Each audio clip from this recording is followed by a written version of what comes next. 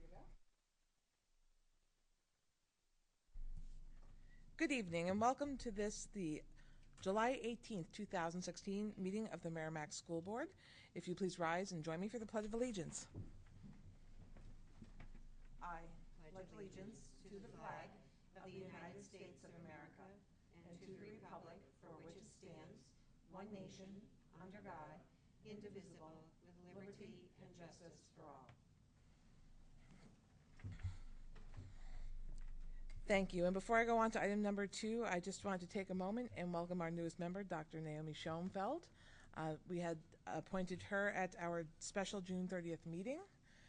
Thank you for taking the time to come out, meet with us, answer our questions, and we do welcome you and look forward to working with you in the next 9 months until the election cycle, and hope you like it enough to keep going. So, on to item number 2, which is public participation. This is an opportunity for the public to come and speak to the board on items of concern. Seeing none, because I think everyone here is on the agenda, we will go to item number 3, which is an update on the Town Center Committee with Committee Chair Nelson Disco. Welcome, Nelson.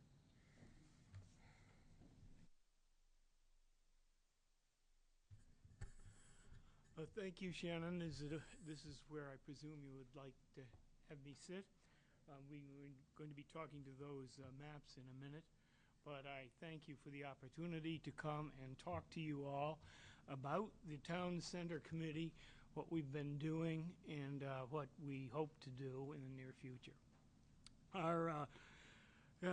I've been a resident of Merrimack since 1967, when we had 4,500 people in town. And people then would ask, where's the center of town? And they still ask it today, because the way our town evolved over the years, it evolved into a series of little villages that weren't directly connected. So we don't have the typical New England town center with the church and the green and the courthouse all around a little circle. Since then, over the years, there's been a desire to do something with our town center. The planning board established a town center study in the late 1990s, in the late 1980s, I should say, and they designated the area between Front Street and Fraser Square, east of the Turnpike, as being the center. It's pretty close to geographic, but it's further east than the true center. The true geographic center is back where the old meeting house was, on Meeting House Road. But this was designated as the center, and the planning board worked with a number of different groups over the years to try and make it more of a center. The town center plan became part of the master plans of the town as early as 1989 or 1990, and that town center plan was incorporated into the master plan in 2002 and again in 2013. Meanwhile, some things began to happen in the 90s and late 90s, and the gift of a parcel of land, now known as Watson Park, right in the center of town, was a substantial boost to creating a town center in that area. Prior to that, it was a mill, some of you may remember, and there was a dam there too, which the state decided to remove. We got some assistance in removing, mainly because the alternative was to take responsibility for it, and it needed some major upgrades to be safe, continuing as a dam. So that went away, and some town center planning, which had been initiated by the planning board, the town council got behind and developed and appointed what was called an ITRAC committee. The ITRAC is a acronym for something I don't remember. But the point is, it was done by NRPC, the National Regional Planning Commission, came in with some people, and they helped us put together a plan, which we subsequently called the Town Center Plan. The result of that was these two maps, which you see on the right here. These maps show, the map on the left shows the Town Center Plan as developed by the ITRAC committee. It identifies all the places in town where there is walking capability. To walk, a town center, it needs to be a place where you can walk for the most part. And so this identified where we had sidewalks and where we didn't have sidewalks and where we would like to have sidewalks. And they're indicated in red, and there is this map shows the whole plan as it was laid out by that ITRAC committee.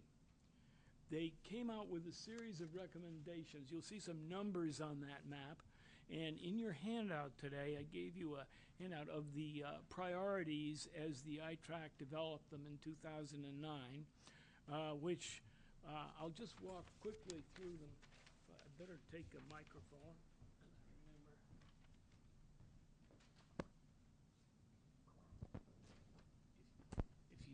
I think this is live, and yeah, okay. The committee, they developed certain priorities.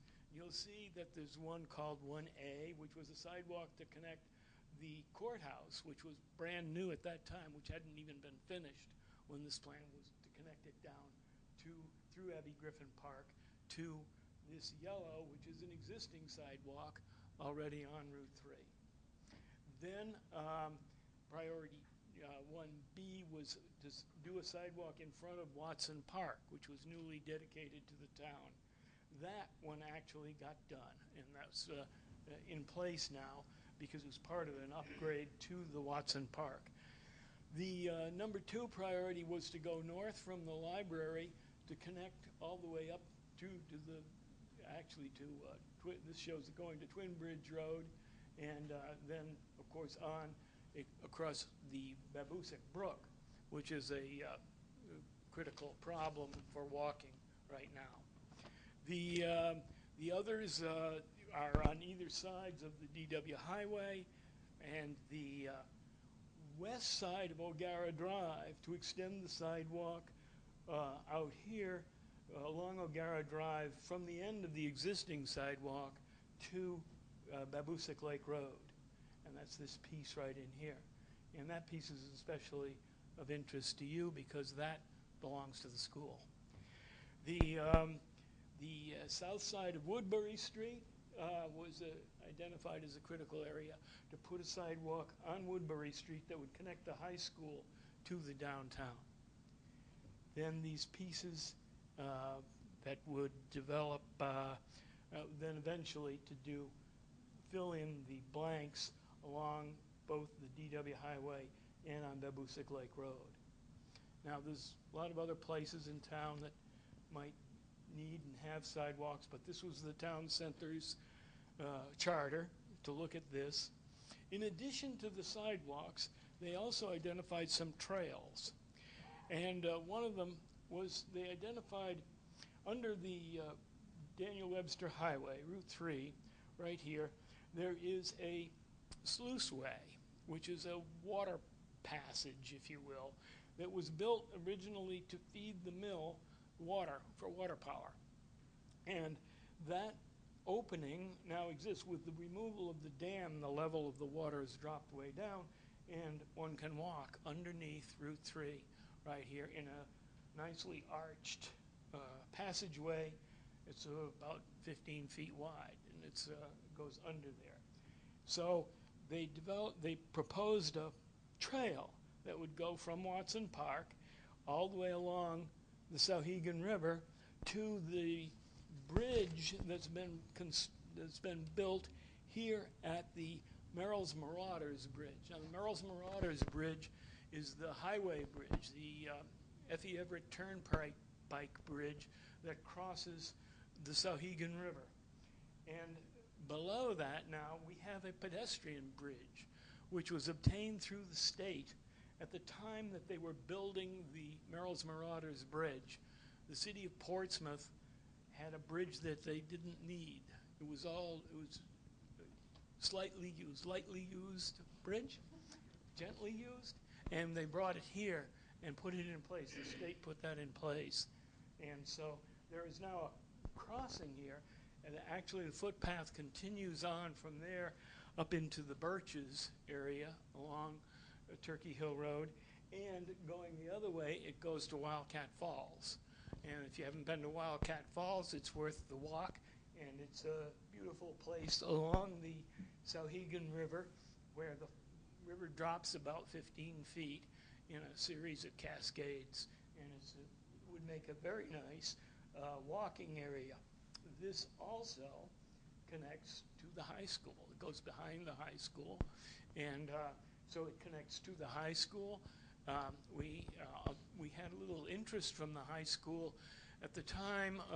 The track team and cross-country team liked the idea of being able to run out through there and go all the way around, make a big loop.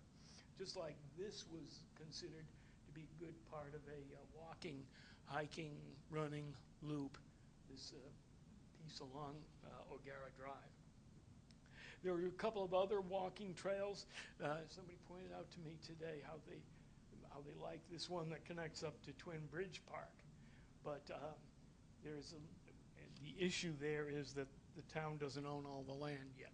We had to acquire some parcels of land along here. We got permission from the school board. The school board granted an easement through their legal advisors and so on. And we had to purchase it. It was an individual lot down in there that we purchased. We had to arrange for the sluiceway. Didn't belong to us. It would belong to the Pennachuck Corporation, who owned the dam. And we found this out as we began this, and we've since had that donated by the Pennachuck Corporation. So we are the owners of all of this right-of-way through here. So I just wanted to point those things out. That's an important piece of what the town center has been able to accomplish in its short life. I should say, after the ITRAC study was done, the town council appointed what we call the Town Center Committee to continue to try to implement these suggestions that were made by the ITRAC committee, although with the stipulation that there wasn't going to be any money for it. You just find a way. Well, we found a way because through some safety work that had to be done along the sidewalk on Route 3 in the adjacent properties to the bridge across the Sauhegan on Route 3, we were able to leverage that money and obtained what we called a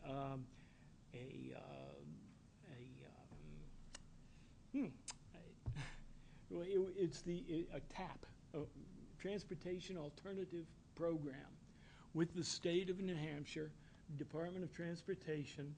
It's federally funded, and we received a grant to build that trail that I just talked about under the Route 3 and along the Sauhegan River all the way to the Merrill's Marauders Bridge. So that is a big accomplishment for the committee. I'll talk a little bit about the committee. The committee is made up of 9 full-time members.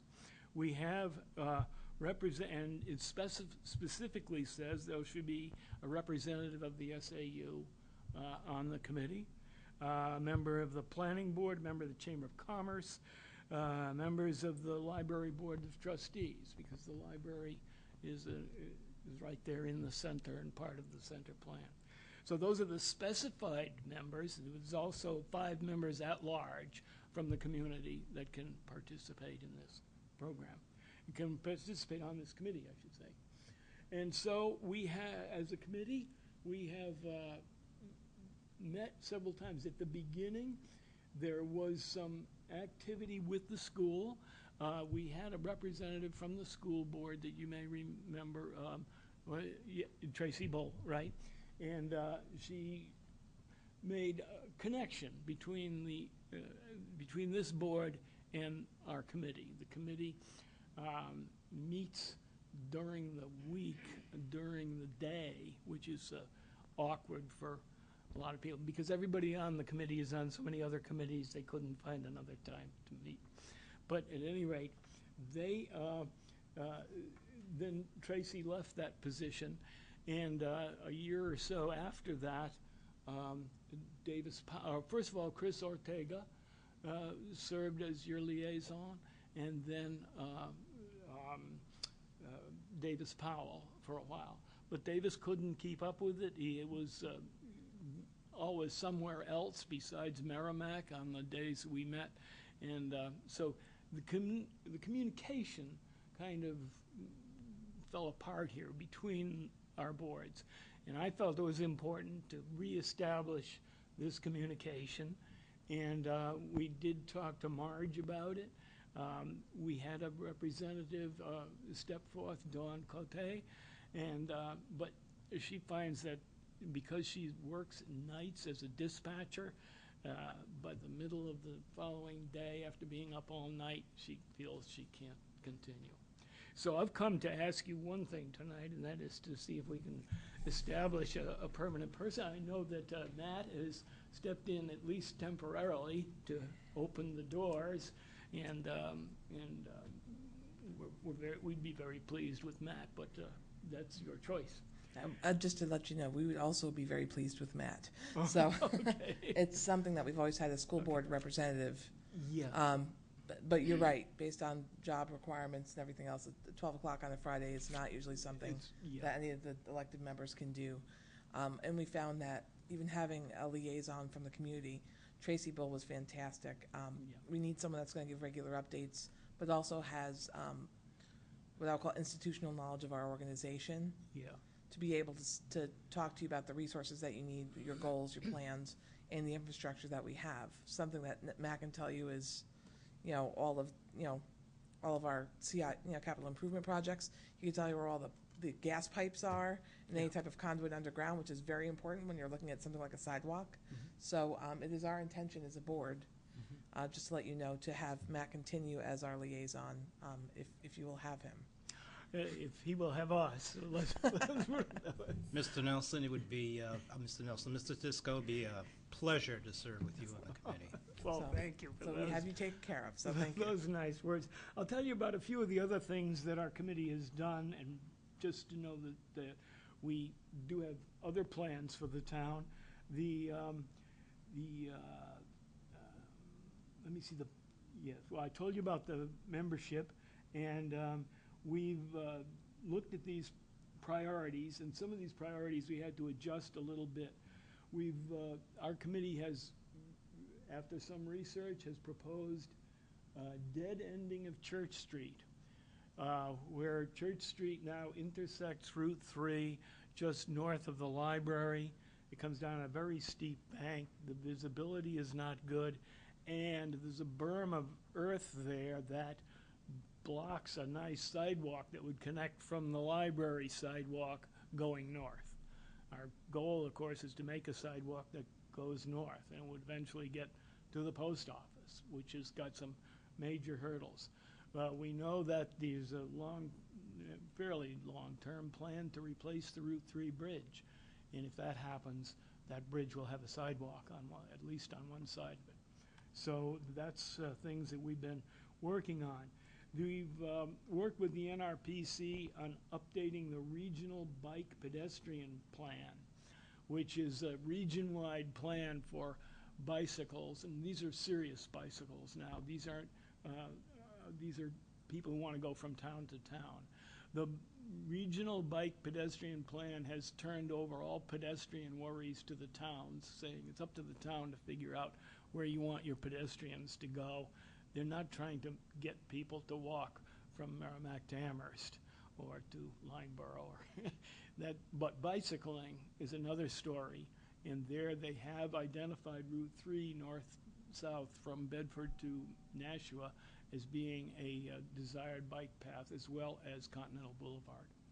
So we're working with them on that. There's a program, there's a couple programs called, one of them is Heal New Hampshire, which is a healthy eating and living group that advocates for sidewalks and for bicycles. And they've become very active in various towns around the state. And they've developed a plan called the Complete Streets Program, which is a nationwide program to develop more walkable cities. And walkable in the true sense of being able to leave your car and walk from store to store or from business to business or whatever other activities you want to walk to. And these programs are being implemented right now in some of the major cities in New Hampshire, among them Portsmouth, Dover, Keene, and Durham, and Nashua is just beginning to do it. And you may have read some of it in the papers. They've got plans for making safer crosswalks and doing a lot of changing to the way crosswalks are designed to make them more safe and more comfortable for people to walk across them. And some of them have islands in the middle of the road, safety islands. So you get halfway across, then you're stuck. But so those things were ongoing. The legislature for the state of New Hampshire in 2016, right at the end of the legislative session, approved a study to include complete streets planning in the 10-year program, 10-year highway plan for the state. So if that comes out favorable, as we hope it would, then that would be something that would become part of the planning for the state in their roads and highways as they go forward. So we're optimistic that we'll be able to get some of that done here over the years. Everyone in town doesn't think it's a good idea to build sidewalks. I have to tell you that we have people who think that it's not an effective use of tax dollars. And so we've got some selling to do, and that's what I'm trying to do here. So let me say this. There's just a few things I'd like you to take away from this discussion today. I have given you a listing of the recommended priorities, and I say that I wanted you to be aware of those and be conscious of them. As a board, you should be aware of them. Of course, we want the support of Matt or whomever, and thank you for Matt. There are some key risk areas, one of them being, I mentioned earlier, the Woodbury Street, which would be construction on town property, but it is on school district property, may require some easement help there. But the O'Gara Drive is completely on school property, and you also have I believe have a plan long-term to do some more paving out there. And we'd like you to consider extending that sidewalk in that gap while that's going on. Consider. All right. We'd like it to be part of your CIP deliberations as you go forward. There are some other tricky areas in the area of what we call School Street, and by the Master-Cola School. It's hard to tell where the sidewalk ends, or there's no sidewalk. It's just a sea of pavement. There are probably safety issues in there that should be addressed long-term, something to consider that's really on your property. So anyway, we ask for your advocacy for bicycle pedestrian improvements, and I want to thank you for your time. And if you want an adventure after dark, it would be even more interesting. Take a walk to the library. see what it's like. Thank you. Thank you, Nelson. Are Okay. there any questions or comments from members of the board for Nelson? Michael? Thank you very much for presenting that. Very informative. One of the questions I have is my understanding that some other towns, when there's construction along roads that have been designated for sidewalks, that the companies that are improving upon their property have to build sidewalks. Is that correct on some other towns? That is correct. And in fact, we've done some of that here through the planning board process. When a major project comes in for redevelopment, then we have included sidewalks in it. Right. I will say, that said, Route 3 is a road that is partially under state control and partially under the town of Merrimack control. The part that is under the state control, the state has always gone along with this. Up until about a year ago, they have sent us a letter saying that they will not allow any more what they see as piecemeal sidewalk building on their road. They want to see a master plan from the town. Now, that goes beyond, I've been telling you about town center, which is all in town-controlled Route 3. But when you get outside of the town's portion of Route 3 goes from Greeley Street, which is where the Common Man is, to Bedford Road. The pieces beyond that belong to the state. The state was building sidewalks as part of their upgrades on these roads. But they've decided they don't want to do that anymore without a master plan for the sidewalk. Now I'm speaking planning board. Planning board has tried to get a master plan developed for sidewalks for Route 3 and for the town's road. And because it involves the NRPC and permission from the council, we haven't been able to prevail upon the council to fund that. Or it really wouldn't be funded. It'd be funded out of the dues that we pay to the NRPC. But so far, they haven't seen fit to allow that to happen. Well, thank you. Andy? So in some towns, and I've been to other parts of the country, especially where there's a lot of snow, instead of doing sidewalks, what they do is they make the street wider and then use a method of painting to direct pedestrian and even sometimes bicycle traffic part of the main road. And the justification I've heard is that during the winter months, those can be plowed, whereas with a sidewalk, it's much more difficult to do a plowing. And I know Merrimack's got a small machine that goes down the sidewalks, but has anybody ever looked at that alternative versus a true sidewalk? Well, yes, and in some places they work better than others. They don't give the pedestrian the feeling of safety that one gets from a curbed sidewalk, or a curbed sidewalk with a little grassy berm in between. It gives you a little bit better feeling about walking along traffic going 40 miles an hour, say, or 35 or however they're supposed to go. But so winter maintenance is a problem. I don't mean to belittle that. The town is concerned about winter maintenance, and there are other towns have found some creative ways to solve that problem. Some do, some don't, and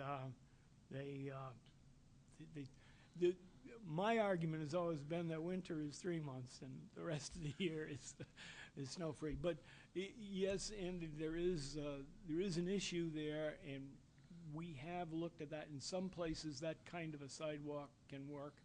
You get into other things when you start looking at a specific area. You get into things like telephone poles, and you're going to move the telephone poles and all that. So you wind up with a hand. We have a little machine that does it, the little Right. snow blower. Yeah. Right. Yeah. Right, and we tend to hear about sidewalks in the school side during the winter when like you get a storm and like the path to school from a certain place isn't plowed for several days because you can't get the machine out or whatever like that. So that's when you tend to hear. You're right. It's only 3 months. Yeah. But it's the noisier time, right? Right. And the other thing is you made a comment earlier that people tend to not like to spend money on sidewalks in this town. It's interesting because if you nose into the social media like we tend to try to do, there's been a lot of influx lately of people that have started talking about sidewalks that I hadn't really heard before. So I don't know if there's a way, if we can survey the town at some point, jointly between the town and the school or whatever the right bodies are, to see where the sort of the mindset is, because I'm not sure it's quite as negative as maybe it was in the past. So. I think you're right. I think it's slowly turning around, and this is a nationwide phenomenon. It's not just here, but you talk to real estate developers and things like that. People want to be able to walk. They want to be able to get out of their cars, and the younger generation is more attuned to walking and living and working in an area where they don't need a car even. That's why they go to the cities and leave us stranded up here. But that's the trend. That is a noticeable demographic change. There's been noticeable demographic changes. When I talked about coming here in 67, it was a different demographic totally. It was young people who wanted to live in the country and wanted to live in a country house. And now they want to live where they can work and play and walk home. Yeah, I know what you mean, because as a kid, I moved here in 68 with my family. I was in junior high back then. And I remember when Colesman moved to town, that there was a lot of emphasis of people that came from New York into Merrimack that were asking a lot about streetlights and sidewalks. And I remember my father coming from a town meeting saying, we moved here to get away from streetlights and sidewalks, and they want to put them back. So you're absolutely right. There's a bit of a back and forth on the sentiment here. So. Yeah, you're right. That's what's going on. Thanks. Cinda? Yeah, it was just a quick follow-up to the winter sidewalk portion of Andy's comments. And has there been any consideration that maybe that all of the sidewalks should be cleared during the winter, or there might be some high-profile areas that would definitely need to be, and others maybe that wouldn't be as relevant in the winter as they would in other. That's exactly what towns have done, Cindy, who have implemented these kind of plans. They will set a priority plan, and we have one here in town too. Okay. The first priority really goes to the schools, even though I'm sorry to hear it hasn't always worked to some parents' satisfaction. But they do give highest priority to the schools and to the town buildings and so on and so forth, and then work their way out from there. And the problem with gapped sidewalks as we have them now is that you got to put the machine in a truck and truck it out to about Babusick Lake Road to pick up the piece that's on Madeline Bennett. Well, if you connected them, you could just drive the little snowblower right out there. But that's an argument for another day. But thanks for that comment, Cindy. That's correct. That's what they do. They do it by priorities. And that's how you get around some of the liability issues. If you have a plan in place that says we're doing this, and if we didn't get to it by Tuesday, it's still in our plan, and you're not liable for some heinous crime, heinous neglect. Yeah. We had a bicycle accident just within the month of a 13-year-old on Church Street. You may have all heard about that. Yeah. Absolutely. Yeah. And I will say that, the O'Gara Drive comes up quite often. We do have it in our CIP for repaving, and we actually had the front of the high school as well. And the one thing we talked about was making sure we did proper planning to make sure that we are identifying all the things that we should be when we're doing a project of that size. Mm-hmm. So as you're coming up, I would say within the next couple of meetings, we will be reviewing our CIP. Yeah. And that's where this conversation has become quite relevant for us to be able to, look at needs, wants, and cost differentials if we do look to integrate, say, a sidewalk into a paving project versus doing one independent of a paving project. Yeah. So I think That's that your presentation and your updates were very timely. Good. And hopefully that will give us, you know, the kind of information that we need to move forward with a well-thought-out plan. So Okay. I appreciate Well, thank it. you. We're glad to help. And Kyle Fox is a very helpful resource for the town. He'll give you the price per inch if you want it down to that to do it. And, Excellent. Yeah, I was going to say, I think Matt might have him on speed dial. Yeah.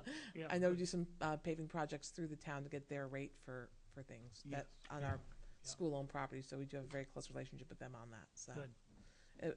you know, These maps are available, and if you want to talk to somebody from the town center committee during your deliberations or for further information, please feel free, call.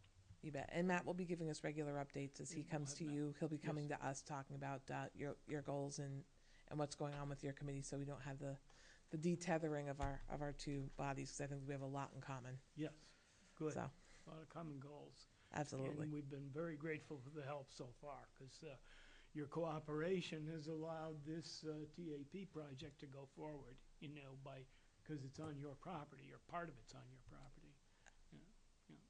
Absolutely. Well, Thank you. thank you, Nelson. Okay.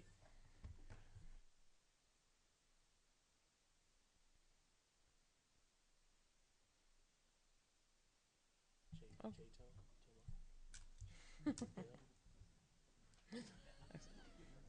Yeah, good luck with that in budgets. So thank you. And up next is item number 4, which is normally do this separately. We're doing it together this year, which I think is going to create some great insights. It's Special Services and Technology Library Media Updates. It's a joint review with Director John Fabrizio and Director Nancy Rose. So welcome and thank you for coming on this great summer night. We air conditioned it for all of you.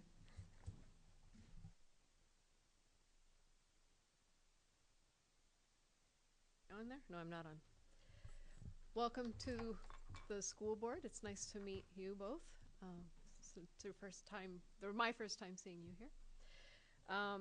So while my technology assistant gets set up here, I was going to get started telling a little bit about the story about how we decided to present together. This evolved over the course of the entire school year last year, when I was really working with Dr. McLaughlin to have a stronger intersection between technology planning, curriculum development, and selection of digital materials, digital content. And the district doesn't really have a group per se that does that right now, that really looks at all three aligned. And as we were envisioning that, I was also working with the elementary principals to start looking at ways to do more direct integration of the technology and library skills into classroom instruction, and what would be involved in that. And so those were discussions that were sort of happening in parallel. And at about that time, John was really actively bringing up the district response to intervention, or RTI.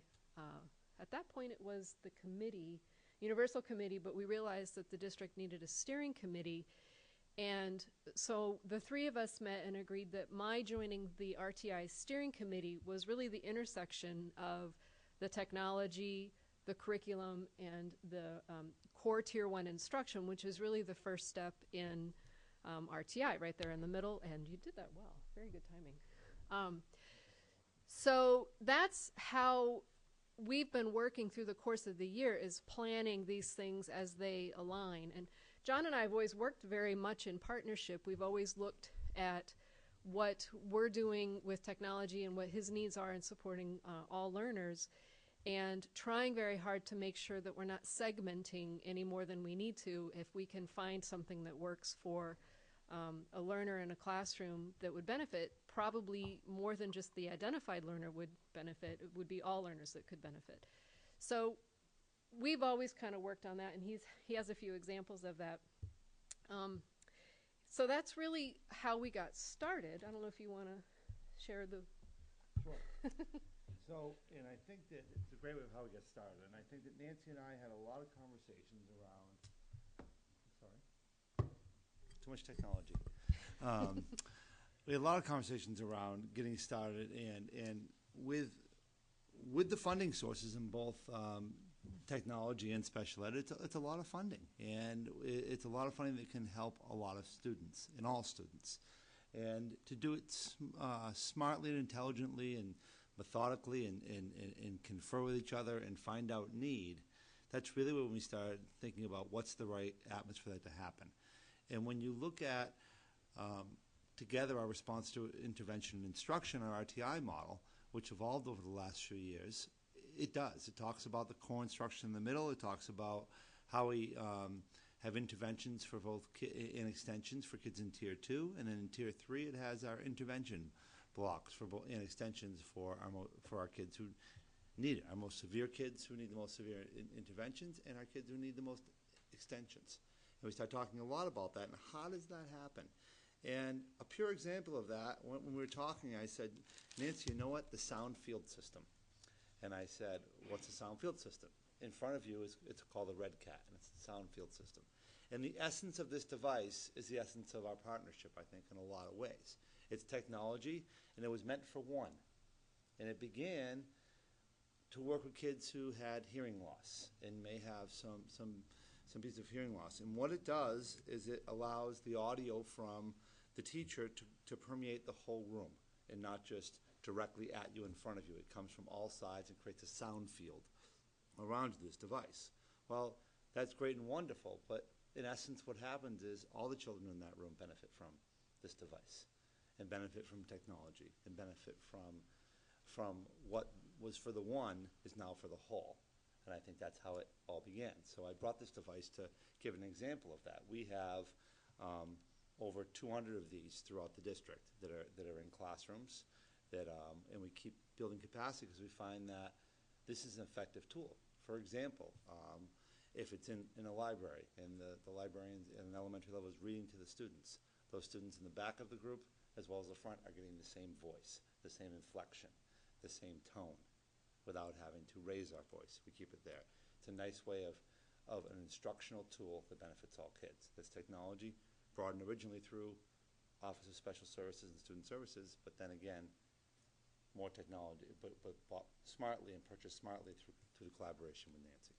That's one example. Many other examples are, I could talk about at our preschool level. We have a program called AB Pathfinder is the name of the program. And what it's for is for our children on the autistic spectrum who may need some direct instruction and some data collection. And we were purchasing iPads at about $800 a piece, and they were nice and shiny and beautiful, and we were using them to collect data on. However, we didn't need a device that was to that piece. I was talking to Nancy about what my need was.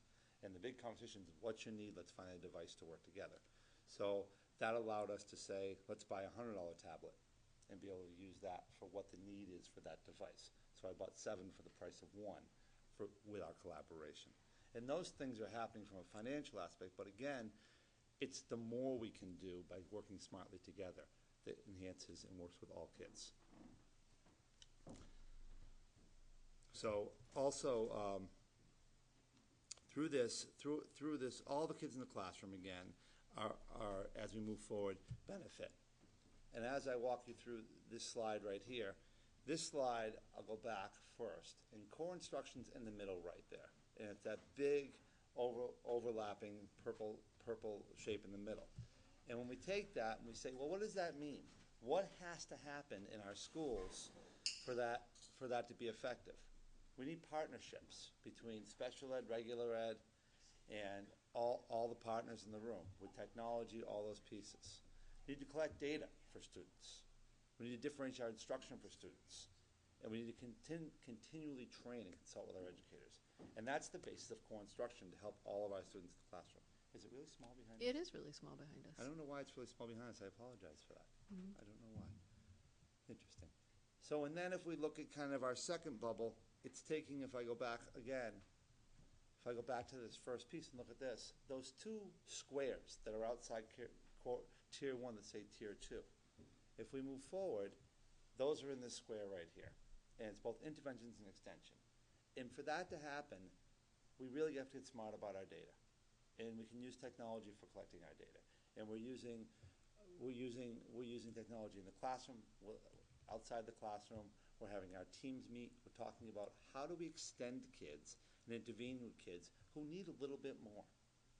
And this happens through our RTI process, through consulting, and again, ongoing training is a key piece here. And then finally, those two extended arrows that were on our RTI model, it talks about students who need individualized opportunities and utilizing outside partnerships in this program. That may be an extended opportunity to do an internship. It may be an extended program we bring in to help service a child that's beyond what we typically would do under our special services budget. We might go on and we may find we may need to partner with programs such as you've heard me talk about Constellations, who does our ABA and BCBA services, or in our behavioral services, or with our YES program, which we mentioned before, we deal with our most severe behavioral kids. Those are all partnerships to help keep our students at that point within our district, but also give them opportunities to grow outside of our district. And that happens in that third tier. And that's done through collaboration. Where technology helps in a lot of pieces is it allows access for some of our more severe kids to extend themselves within the classroom or remediate within the classroom and have access. And then finally, how does this all happen? This really happens through an ongoing cycle of linking of our instruction, our data collection, our data analysis, and continually going through this wheel of instruction to look at student goals, selection of instructional materials, adjustment to instructional methods. This is ongoing. This never stops for all of our students. And this is really where we've come and evolved when we start talking about our RTI system over the years and start talking about how are we linking the use of our resources when it comes to people resources in our things, moving from a special ed teacher to a learning support person, moving ourselves from just having a computer available for that one child who needs it, or a sound or a hearing system for one child that needs it, to moving it forward to for all students there. Nate will talk a little bit about some of those, how that's happened, some of the things we're doing at the high school next year that evolve from a child needing it to multiple child needing it. You want to jump in now and talk a little about that? Yeah, and I think it's also the dialogue that's been going on all year with the principals, with the RTI team, and in the technology field is how do we do more for all? So what's good for one is good for many, which is a lot of John's messaging. But the other piece that I think has really come to the front, to credit John and his initiative with the special ed staff, is the idea that Tier 1 instruction is the instruction for all the learners, where we want to work very hard to make sure that those learners are present for that. And so a lot of the dialogue at the K-6 level has really been about making sure that those supports are scheduled and provided in a way that we're not pulling students out quite as much, that we're providing as much as we can with leaving the student in the classroom so that they're not away when we're giving that core instruction, because that's another miss. So that's also been a big part of that dialogue. And then an example of how the collaboration has really come to the fore is as the planning for the comprehensive classes for the freshmen coming in for the next school year has evolved, there was a request for computers to have in the classroom. And it was something that kind of came as they were meeting and discussing how to support all the learners in the classroom. And so Dr. McLaughlin, John, and I should say Mr. Fabrizio, and Christine Reiner sat down and really talked through what that would look like. What's the purpose of the devices? How would it be used? How would it be managed?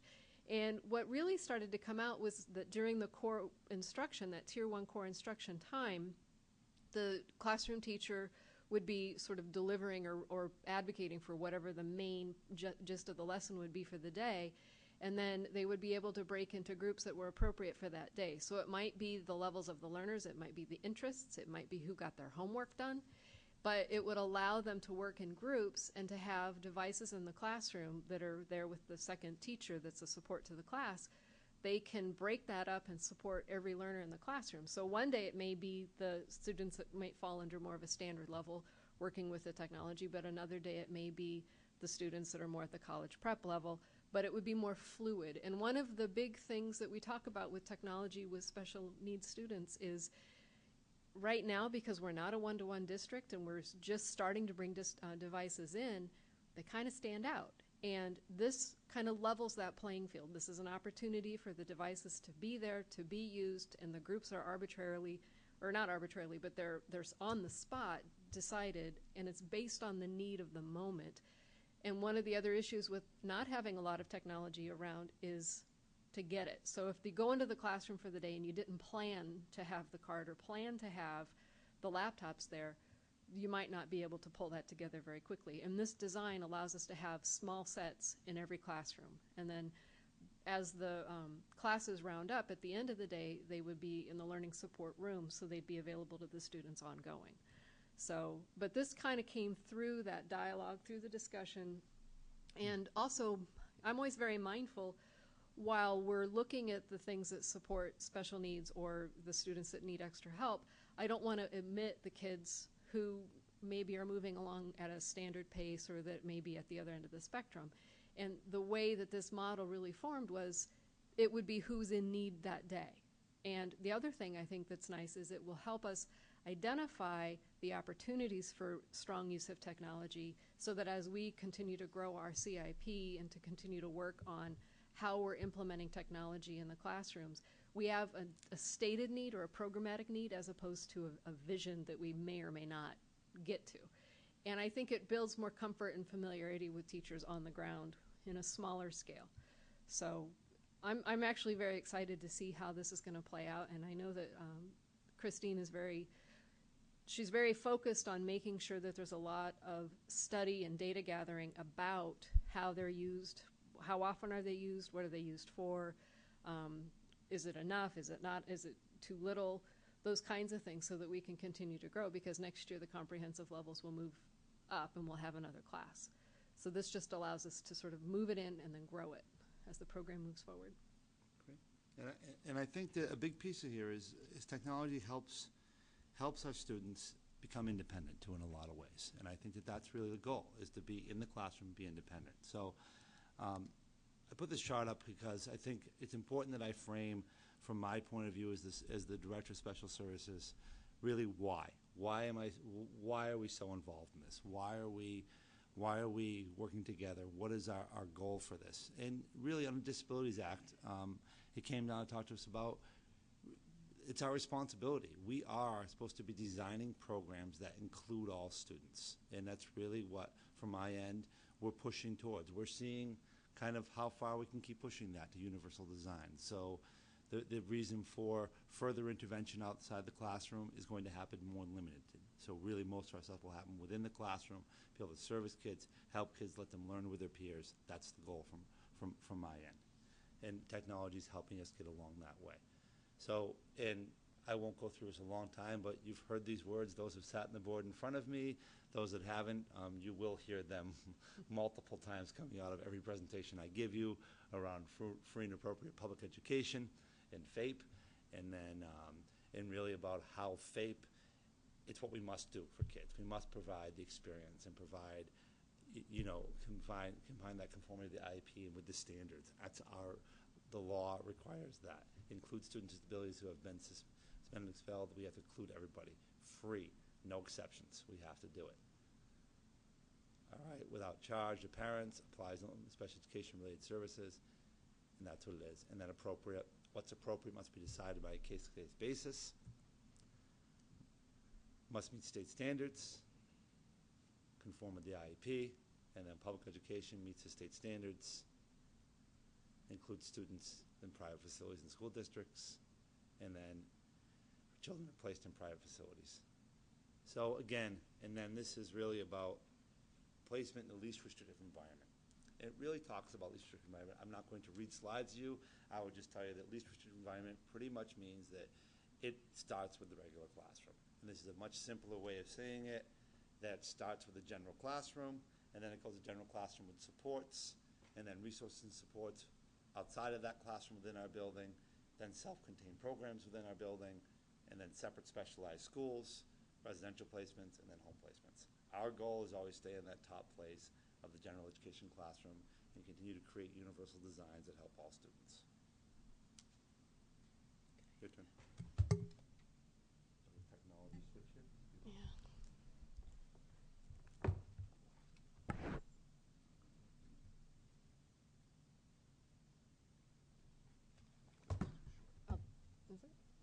to trade places? That's true. Hmm? That's true. Okay. Little time out here, I apologize. Do-do-do-do. Nancy's gonna sing.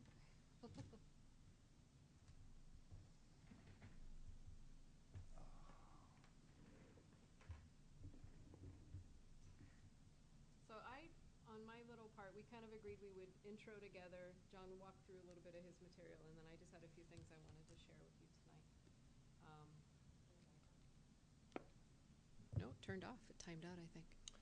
So while you're preparing, I just want to talk about two things, okay? I'll That's be a fine. little infomercial for you. Will you do that? Okay. And I think two things that I want to mention that really, they're in our presentation, they're important, but they're kind of too is, we've made a couple expansions this year it's important to talk about in our upcoming year. And one of them is we've moved our preschool program over to Thornton's Ferry. So we took 1.5 existing preschool programs and moved them over from Master Elementary School and moved them over to Thornton's Ferry Elementary School. So it'll be the first year that they have 3- and 4-year-olds in their building. And they're excited, and we've been planning. And we have 135 preschool students across the district. 5 years ago when I came in here, we had right about 56 to 60 kids in that program. So it's expanded over the course of the 5. This is going into my 5th year doing this. And the nice thing about that is it's really allowing us to have community-based schools where students go to the school at 3 years old, 4 years old, 5 years old, 6 years old, and they know how to expect before they come into full-time programming what their needs are. There also became a need, based on the population of kids we had, that we really needed to look at students who are currently in our kindergarten and look at them and say,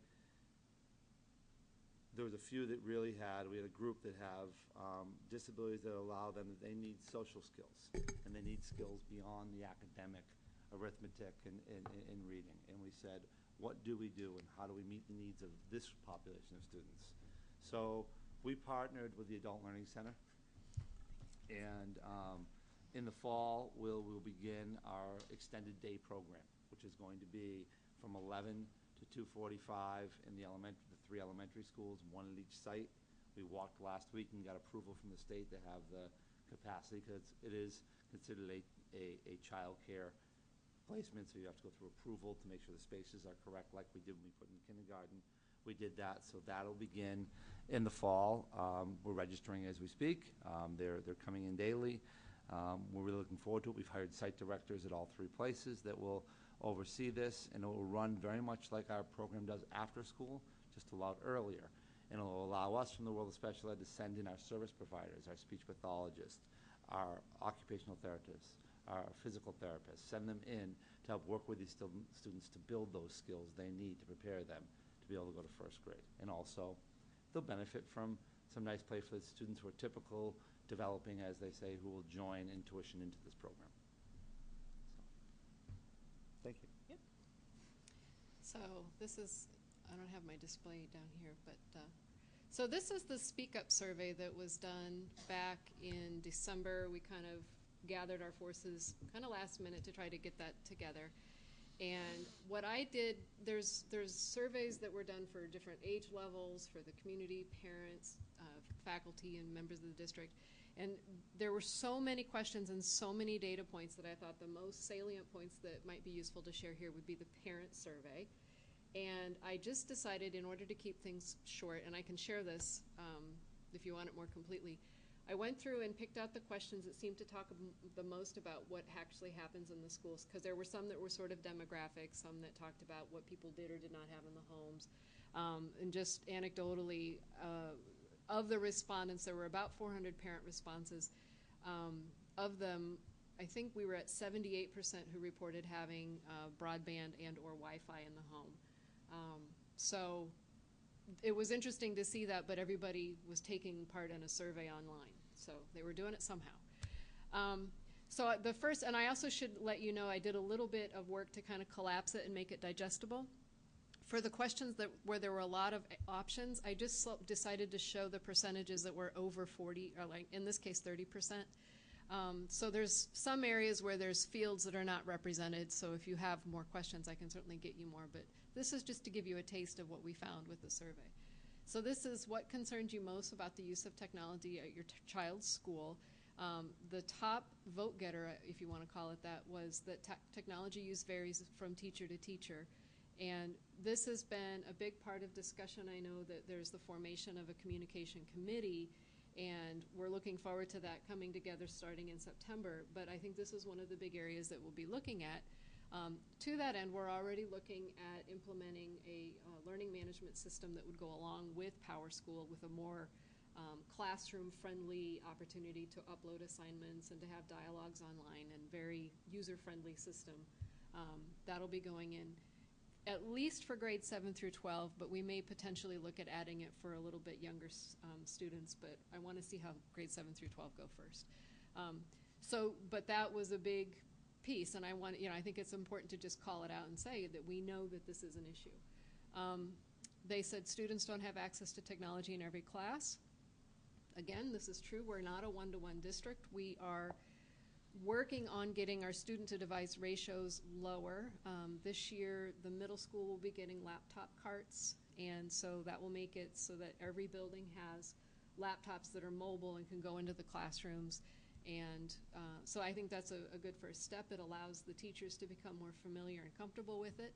I think going into a full one-to-one or full BYOD is, maybe the ideal at some point. However, with that has to be the development of the digital curriculum, the acquisition of those materials. There's a lot of planning that needs to go into that, and the teachers have to be ready to go. And that's just the biggest, everything I've read about, those big initiatives, if you don't lay all the groundwork, you end up buying devices that don't necessarily get used. And so I would rather move into it and move towards it as opposed to rain devices on a district. So, and so I think that this next question, technology use is not a regular part of the day, is kind of hand in hand with students don't have access. And this is parent responses district-wide. Excuse me, so that could vary more towards the high school where they may not have quite as much, or the middle school where they definitely didn't this year, but they will start to have more devices next year. And then class or school websites are not updated. That really falls in line with the technology use varying. So that's the first question.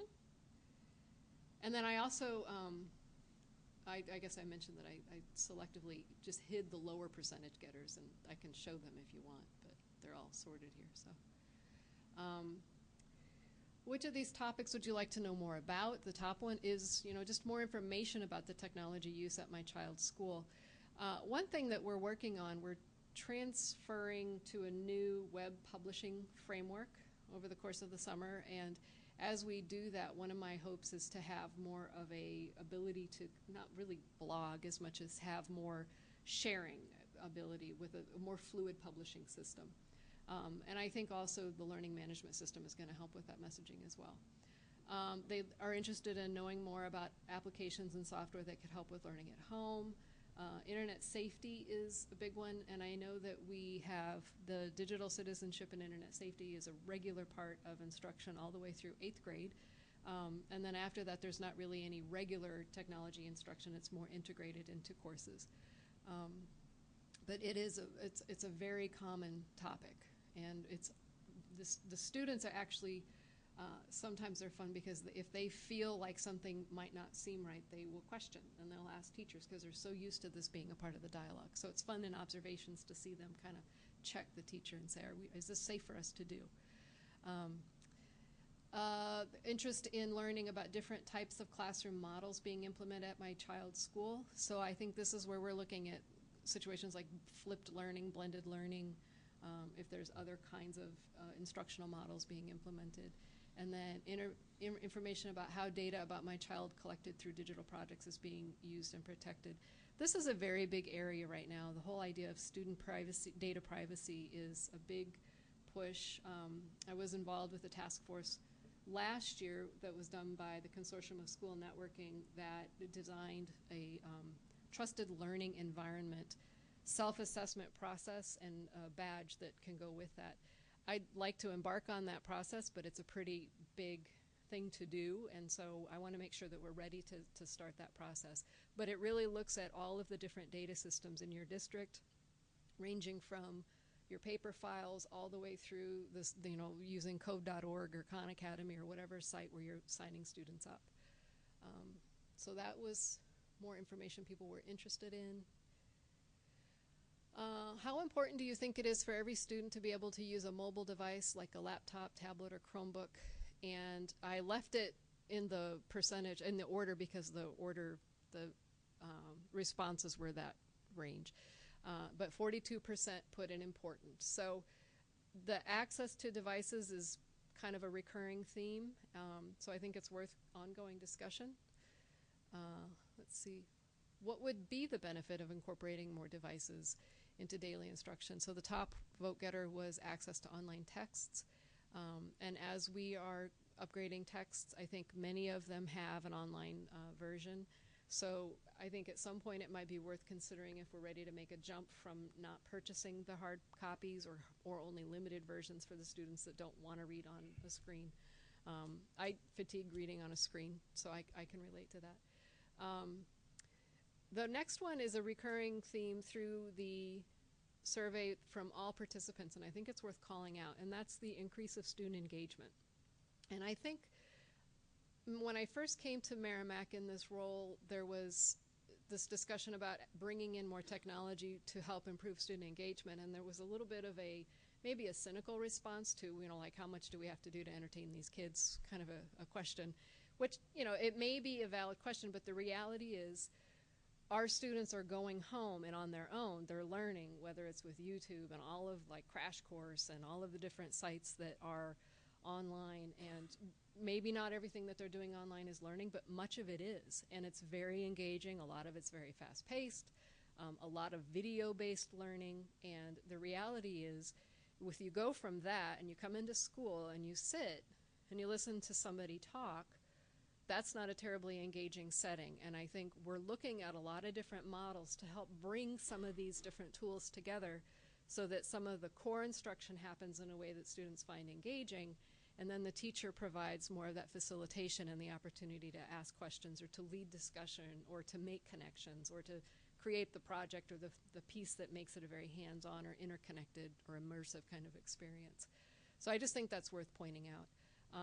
It provides a way for students to review class materials after school.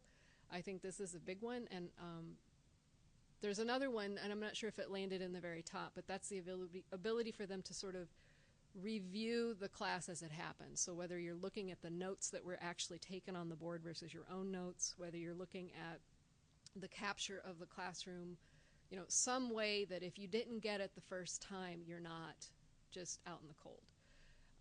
Improvement of teacher, parent, student communication, which is obviously a goal that we're working on, extends the learning beyond the school day, beyond the school walls, and the other piece is for students that are involved in a lot of activities that take them out of the building, whether it's extracurricular or travel or whatever it is. It helps us blend some of those hard lines. And student ownership of learning, and this is something that we talked a lot about following August Academy last year. More of their ability to possess the pace and the work that they're doing and moving it in a way that they're in charge of. Helping struggling students, critical thinking, problem solving, teachers improve their technology skills. I think that's going to happen just as a piece of, just by using it. More comfort will develop. If your child's school allowed your child to use a mobile device such as a laptop, etc., how likely would you be to purchase one for your child to bring to school? And I think this is interesting because this is kind of the big question. If this is a fundamental learning tool, should the school districts provide it? I know that some districts in the area have gone to one-to-one, or have gone to a BYOD, but they have the device that they want you to bring. They set up a program for cheap purchasing. So these are considerations, but I thought it was interesting that the largest response in this group was very likely to consider making that purchase.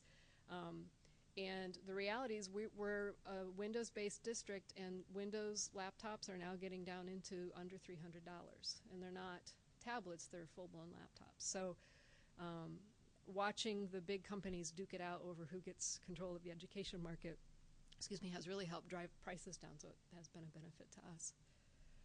Let's see what's next. I think this is an interesting one. Which of these types of classroom models do you think would be best for your child to succeed in school? So blended learning, which is a combination of the teacher instruction with also some online curriculum, some video-based, something else that happens on their own time, which is a difference from just pure paper-based homework. That got the highest percentage, but it's also in the literature on education. This really is becoming the model that's talked about, which is where you're doing pieces that are in the classroom, you're doing something at home at your own pace, and it moves you in the direction of personalized learning, which is really what gets back to the reason John and I are here together tonight, because Tier 1 instruction ideally is differentiated and targeted to the learner at their need. They all need that core content, but they need it in the way that they need it, whether they're at the end of the spectrum that's in need of extra supports, or the other end where they're a little bit ahead and they might want to be extended or challenged a little bit more. So I think that the community is demonstrating their understanding of that model as, you know, a way to move forward. So the other ones were traditional class. This is sort of the sage on the stage model, the teacher at the front of the classroom. Flipped class, where there's content delivered. I think flipped and blended can get kind of interplayed a little bit, but flipped is more where you're creating or packaging or finding content that is reviewed to get the core idea, whether it's a video or something like that. And then in the classroom, the time is spent on doing the practice work and the reviewing of questions, so that you don't send the child home to work on homework in isolation where they can't get the help that they need. So it's looking at that. And then very low were an other, which I should have probably taken out, and the virtual class, which is just all online. And then this is about communication and essentially personal email, face-to-face, school portal. I don't think there's any surprise there. Personal phone calls, there's the alerting systems that do the communication as well. So nothing terribly surprising there, I don't think. And those were really kind of the top areas, and I thought it was just important to share what the community was thinking. And you know, there were community responses. They fell very similarly in line to what the parents were saying. So I just chose to use this segment and share that with you. And then I also wanted to very briefly share, we did an experiment with professional development at the end of the school year, at the end of June, where we provided time for teachers to come and do collaborative time, very unstructured, to work on more ways to integrate technology, and also looking more at programming, computer science, more hands-on STEM kinds of activities into the curriculum.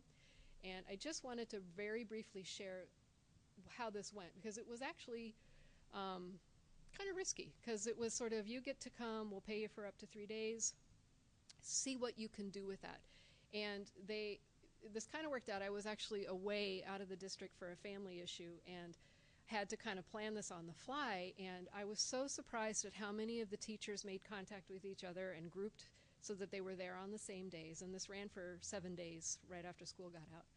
And I just wanted to share so you could see the breadth and depth of what they did. And this is entirely on their own. I provided them with Dash and Dot robots, snap circuits, Makey-Makeys, some Osmo little programming things. They had iPads. They also came and worked on their own things that they were interested in.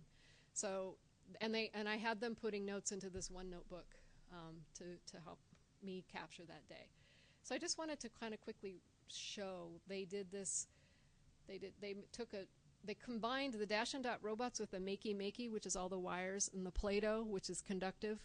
And they had the Dash and Dots playing the xylophone alongside a computer that was playing an electronic keyboard, and it was aligned, and they were playing music notes, and they were also doing math with that. They were stepping through the math that made up the difference in the music. And they were also talking about circuitry and conductivity, because you have to close the circuit for it to work. So that was one. They hope that I can see this. And then the other thing that they did was they captured their thinking.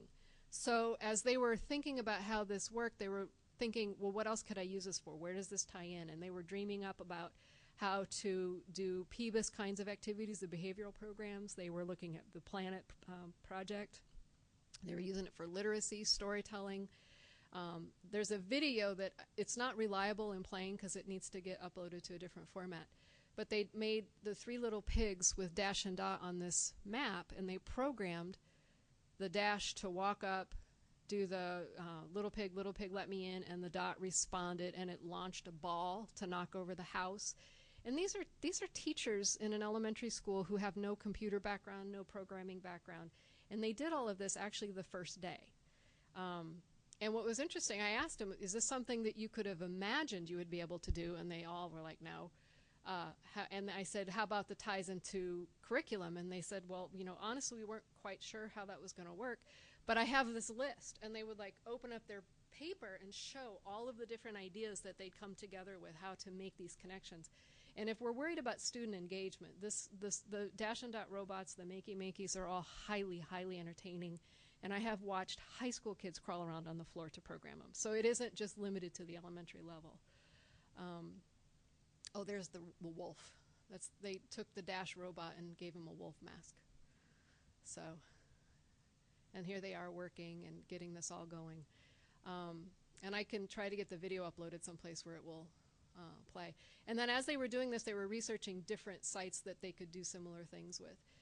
The upper elementary did a lot of work with the snap circuits. I don't know if you are familiar with these, but they're little circuit boards that literally they use clothing snaps, and they connect, and you can make all different kinds of sirens and lights and fans and alarms and all kinds of things, and it's very spelled out. But as soon as you understand what you're doing, you can do something very creative. You can take it the next step. And they actually teach circuitry in the 4th grade, so I've got a lot of very excited teachers to bring more of these snap circuits in.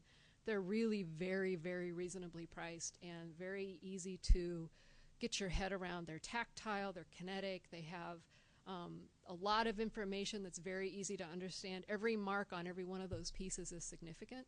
And then the information that goes with them tells you a lot. And so you can take it from just basically putting it together to reading in depth. So if you're a student and you are in need of extension and want to really learn how resistors work, you can. And it's very accessible. I was surprised at how engaging the teachers found the snap circuits. They did a lot with those. And then they did, they were doing Makey-Makey. They were experimenting with the Makey-Makey, and one of the groups took the Makey-Makey and made the operation game. There they did a Lego connector to the Dash robot, and they programmed him to draw. So they were tying in art, they were tying in math, they were making connections to spatial reasoning and engineering, because it had to hold the markers. That's my son's knees and hands in the background. He came and helped out one day. And then we also did some 3D printing. And the interesting thing is that now there are so many very accessible online 3D rendering tools that are free. And thinking about how to make something in 3D is interesting. But it's very compelling to make the thing and to print it and to hold it in your hands. And it's, I don't know, it's weirdly gratifying. And I thought, if the teachers cheer when they pull their 3D printed object off the plate, imagine how the kids feel. And one of the interesting things, one of the high school math teachers was there talking about his calculus class and how one of their assignments is to design a bottle using calculus. But he's never had the ability for them to prove in a physical object how their calculations worked. So they could print their bottles and then demonstrate whether or not everything came together the way the student envisioned it with their work. So even though there was a lot of elementary focus, there were really excellent work happening at other levels too. Here they designed in Tinkercad their little vehicle, and then there it is printed. These are very entry-level 3D printers, so they're not like, I don't know if you call it, very fine pixelation. You can see the lines where the filament lays down. Let's see. I don't know where the... and then the upper elementary team did a stop-motion video. And so they, on the spot, decided they needed to design characters. They needed to select an app to do stop-motion. They needed to plan out their storyboard. They had to come up with their theme and everything that put together. There's Bunny. She's the band teacher at the upper elementary. The technology teacher, Adam Goodman. Here's their little props. And I don't know. They're going to add music to it as well. I'll send you the links to it because I don't know. It's in that format that's a little wonky. I'm not sure it will play. So here's a lot of their thinking and what they did across the curriculum and how they were tying in the different specials. And so a lot of this discussion about tying and integrating across the standards is really coming to fruition, and it's really fun. And there's a lot of really neat opportunities for the teachers to get to, if I'm a music teacher and I'm trying to tie into literacy and math instruction, there are ways that I can do it that are very, very engaging and relevant, and they make connections that sometimes for students that connection is the thing that they need. So that's just very, very quickly. And there's, as you can see, there's a lot more pages, and I didn't even get into the high school. It hasn't loaded yet. The middle school teachers came and actually worked on developing apps. One of the things we're working on is a tighter connection between the middle and the high school programming classes, so that if they are interested in programming in the middle school, they can start to do some basic Android app development and explore different languages, so that by the time they come to the high school, they actually have a stronger sense of what it is that they want to do. Because with programming, it's everywhere, and it can kind of help them tailor their interest, and maybe will help us broaden the spectrum of what we offer at the high school. So I just wanted to share those things. One other thing that we are working on, I don't have it available to share tonight, but I will be distributing it as a parent sign-off letter for the use of digital tools, and also to give note that we are being very mindful of student data privacy, to acknowledge that much more of the work that students are doing is online. We are doing a more full rollout of Office 365, and just being mindful of letting parents know about this and have the opportunity to weigh in on that.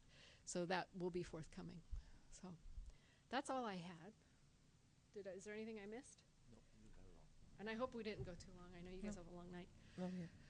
Does anybody have any questions for either of us? Or I'm getting a couple, so far, I think so far all three. So I'll start with Andy and work my way down. So this is great. So one of the questions I actually had a couple.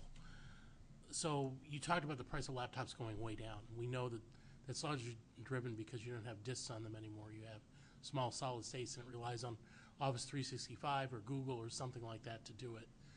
So you talked, at the very end, you talked about privacy. Are we as a district maintaining all of our stuff in-house as far as cloud-based for all the It hurts when it comes back. for Google or Office 365, or what are all our standards, so that we can guarantee that the privacy will be there? we are working very hard to ensure it, and a lot of it falls down to vendors and being very keen on understanding what the vendors are doing. Our Office 365 environment is the Merrimack domain. It's our data. We upload it. We maintain our data. I do believe that Microsoft is changing a little bit about their data mining practice, so we have to look at that and kind of push back. But what I have found is, as these big companies try to encroach upon some of that, the pushback is so strong, and especially with the national initiatives from COSIN and the federal laws like FERPA, there's COPPA, SIPA, there's all these different acronyms. But there's such a strong focus on protecting student information and student privacy that they don't get very far. And that's why I like using something like a Microsoft, because they're sort of that, they're a big stable company, they've got the resources to protect our information. So I do feel strongly. And then the other thing that we're going to be deploying is a single sign-on application called Clever, that is a way for us to sort of set up accounts where we use the accounts that we already own, and that just sets up the student accounts. But it's there's a term for it, and I'm just not bringing it to my mouth right now. But there more and more, and it's for schools, and it's more and more school-based or education-based applications online are getting on board with Clever. And so this means that we can say, I want my class to be on this website, and it's like a Khan Academy, code.org. These different places where having accounts and the ability to do assessments is important, and it allows those accounts to be made without going into their site and saying, this is Shannon Barnes, and she's this age and in this classroom. It eliminates that passage of information, and we can control what goes to those sites. And it also makes it easier for teachers, and it kind of allows them to see what we have selected or what we are showing is a site that's a little bit more trustworthy, because it also falls in line with companies that are more willing to follow safer data practices. So that's one of the things that we're in the process of rolling out. Okay. And shifting gears just a little, you both talked about technology integration, sort of coming at it from, I mean, from the outside in, the inside out, whatever, as you go for extensions and things like that. When you look at your planning that you do for the next fiscal year and you look at technology that you need to acquire, how do you separate what's needed from a special ed perspective versus what you want to put in as far as doing the extensions and things that might fall outside the boundaries of special ed? How do you draw that line? How do you go about planning those sorts of things? Well, in all honesty, John really bears responsibility for most of the special ed tech planning, and a lot of it is driven by the plans that are in place for students.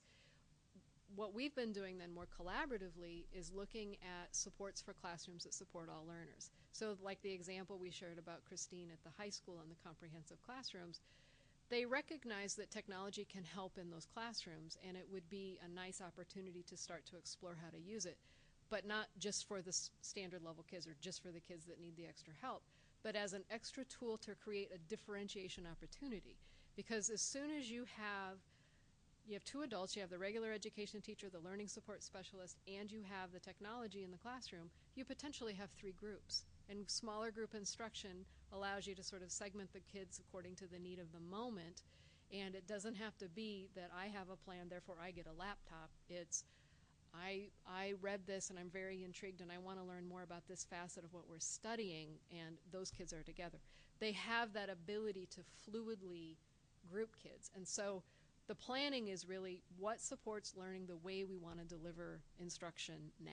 And it's kind of regardless of the special ed need, not that I don't want to, but it's more inclusive and universally designed as opposed to just in support of those certain students. Yeah. Oh, go ahead. Sorry.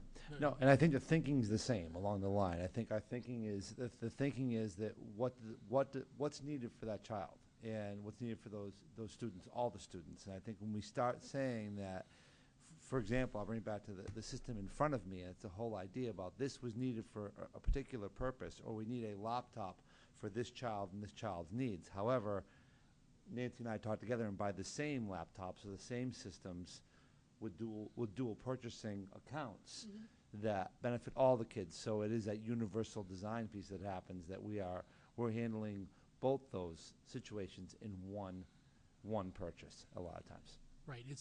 My only, and you don't have to answer this, but as we go into budgets, especially as we get more technology integrated in, and you talk more about this, I use the word commingling. It's not the right word, but you've talked about it a lot, where you've got in the same classroom with an integrated sort of environment, you've got kids that need special that might be into special ed versus others.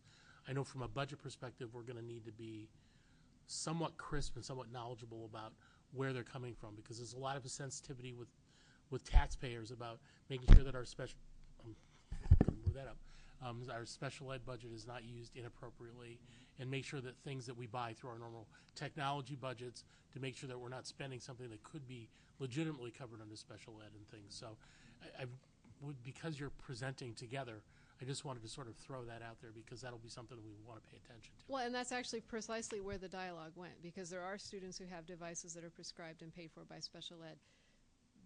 What we're doing with the comprehensive classrooms is providing opportunity for those classrooms that are covering a broader spectrum of student to have more opportunity to break those students into whatever the groups are at the moment. And what I found really interesting was that Christine, in charge of the special ed end of things, really had that same holistic view and really felt very strongly that the technology is used in the room according to the need of the day for the students that are either interested in doing research or at a different point in time. Maybe they're not in a group. Maybe there are 5 kids that need to take a quiz because they were out the previous day. It's that opportunity to just have another way to approach instruction in that classroom.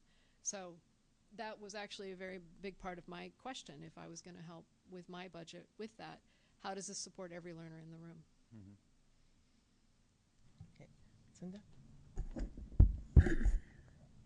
So, excuse me.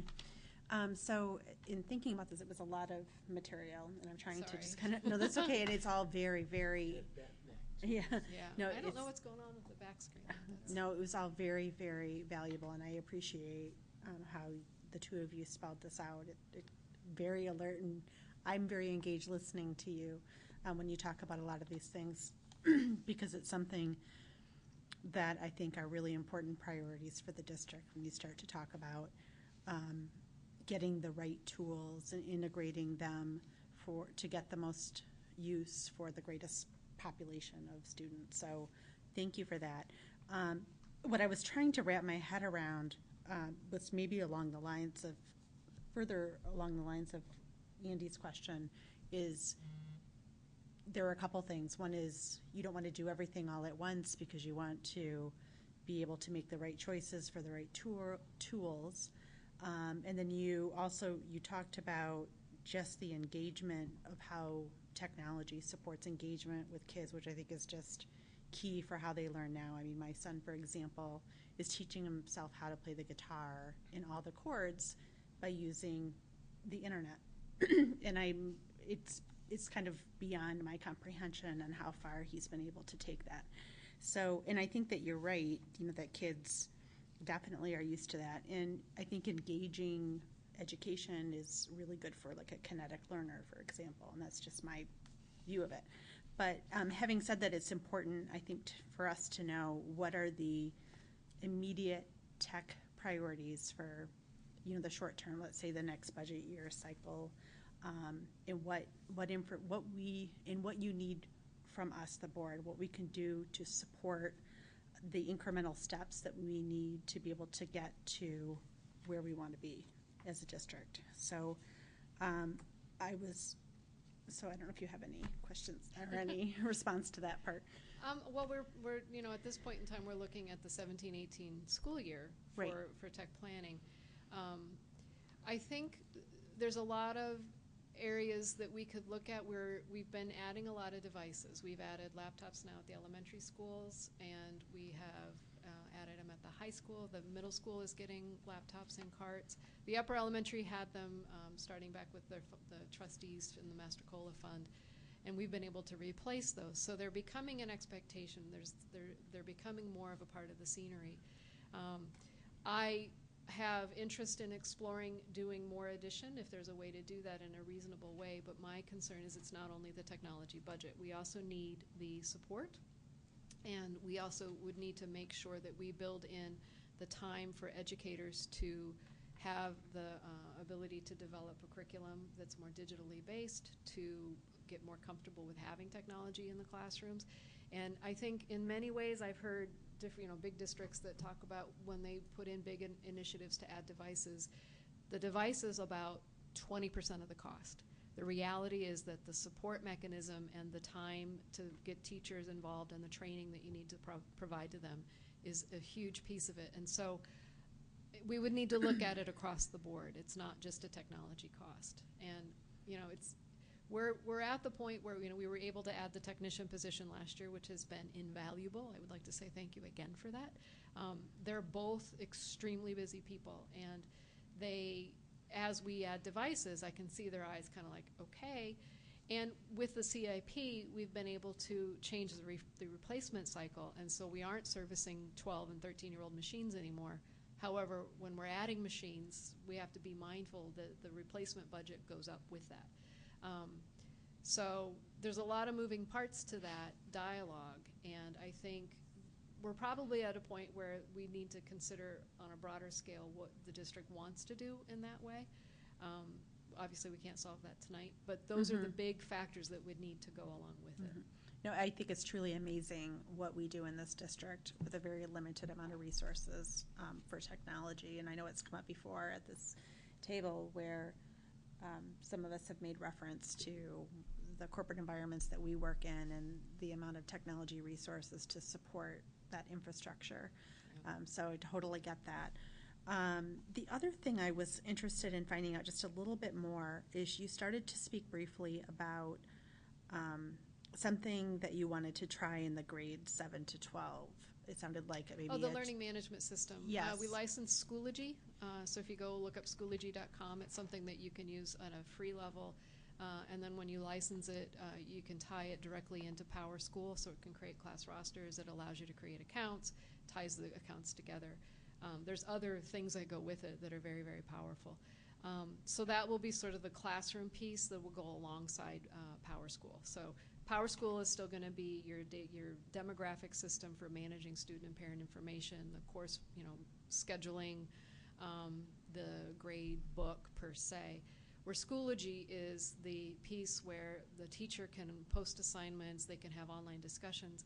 And the reason that we selected it, reviews of it have it as the most user-friendly. We looked at what some other districts are using, and then the high school social studies department has been using the free version and took to it very easily, and we're really enjoying the use of it. And students were then saying to their other teachers, this would be great if you were using this too. So there's a little bit of momentum behind it already. It's, cost-wise, it's very comparable and to what other districts or to what other products like this do. But it has a very, very user-friendly interface, very easy to control privacy and to control permissions and to give parent access. And it sounds like something like this supports what we're hearing from our survey as well, which is more consistency with some of the. We're rolling this out as the dialogue in the community is at kind of a peak, so it's kind of timely, and I'm excited to see how it goes. It's going to be interesting, and I hope that as we get through the initial parts of it, it goes well. But we've gone through a lot of big implementations, and people survive, and I think we've had a lot of pretty big implementations that have gone really well, so I'm excited about it. And then speaking of the survey, I'm wondering if we could get those survey results posted like we've done in the past out on our website for... We can. Nancy we weren't going to do anything, obviously, until you saw them, and so she's just put it together, so that would be something we do, sure. Okay, great. And I can do it without the hiding of the lower numbers, so you can see the full results. It just was for the ease of presentation, and I do feel like I rambled at you. And I think with that, we put it out there. It was one of our first times, I think, of putting that kind of a survey out, using the tools that we have to push that out to the community. And so I think it's good that those results are there and they can go back and look at it. And and then I think I just have one more question. I'm sorry, I've lost sorts of things. One of them is regarding the tools that we have regarding online textbooks. So I'm assuming for special ed, there's certain students that are just going to do better without the physical hard copy textbook and use the text online. Are all of our textbooks available online, the ones that we have hard copies of? Is there? No. It's part of the negotiation as they're acquiring new texts, but this then becomes the question of, as we're looking at new text, do we look at a device that goes with the material as opposed to a book? And I will say that textbook publishers have not made it lucrative to go digital only. Yeah. It's an area where I'd like to see a little bit of breathing room with the publishers. There's so much fear of losing that income, and they're not printing books and shipping them. You'd think that there would be savings there, but it's tough. You have something to add? Yeah, if I can interject, what I've seen from some of the big companies like Pearson is you'll buy the textbook and then you'll get an e-text along with it. And so basically, I have the textbook, I put it on my bookshelf to look nice, and I use the e-text all the time because I can modify that and I can cut and paste and I can do whatever. So that's the way I'm seeing it playing out. So are you seeing it where it's an additional fee for the e-text, or is it part of the purchase? It's part of the purchase of the book. It's bundled. It's you either pay online or you pay hard copy. No, I guess, that's kind of what I was getting at. If most of them were available. And Cindy, there's resources depending on disability. There is resources out there if we needed to find a text or an audio text or a visual text, something for a student who needed it. We have those resources available to us, mostly through the state and through other agencies. We can tap into that. Okay. And I think that's all I have. Thank you. Michael? Hello. Thank you very much for the presentations. I appreciate the information. Have a few questions here. So I want clarification on the intervention and the extension. So you brought up things like internship and stuff like that. So is the extension for? So extension-wise, both ends. So I talked about partnerships and community resources, and a lot of times we have in the world, and I'll speak, I'll start mainly about what we've done kind of in the world of special ed, then I'll look at Nancy and talk about some of the other things that have happened beyond for some of our extensions too. She's well aware of some of those pieces we've done. I think that when it comes to our students who are probably our most severe learners and who are with us a lot of times till they're 21 years old, we start really early on, about 16, getting them out into the workforce and allowing them to have externships with different companies around where we'll have our paraeducators go with them to the workplace and teach them some soft skills, learning skills, how to greet, how to take money, how to do some simple skills that are life skills in general. So that starts with kind of our most severe extended kids to that end that really need a lot of those life skill pieces built in, and we'll get out into the community and do that. And we partnership with a lot of local community businesses that help us do that. On the other end of that spectrum, the arrow going the other way, is the opportunities for kids beyond our classroom.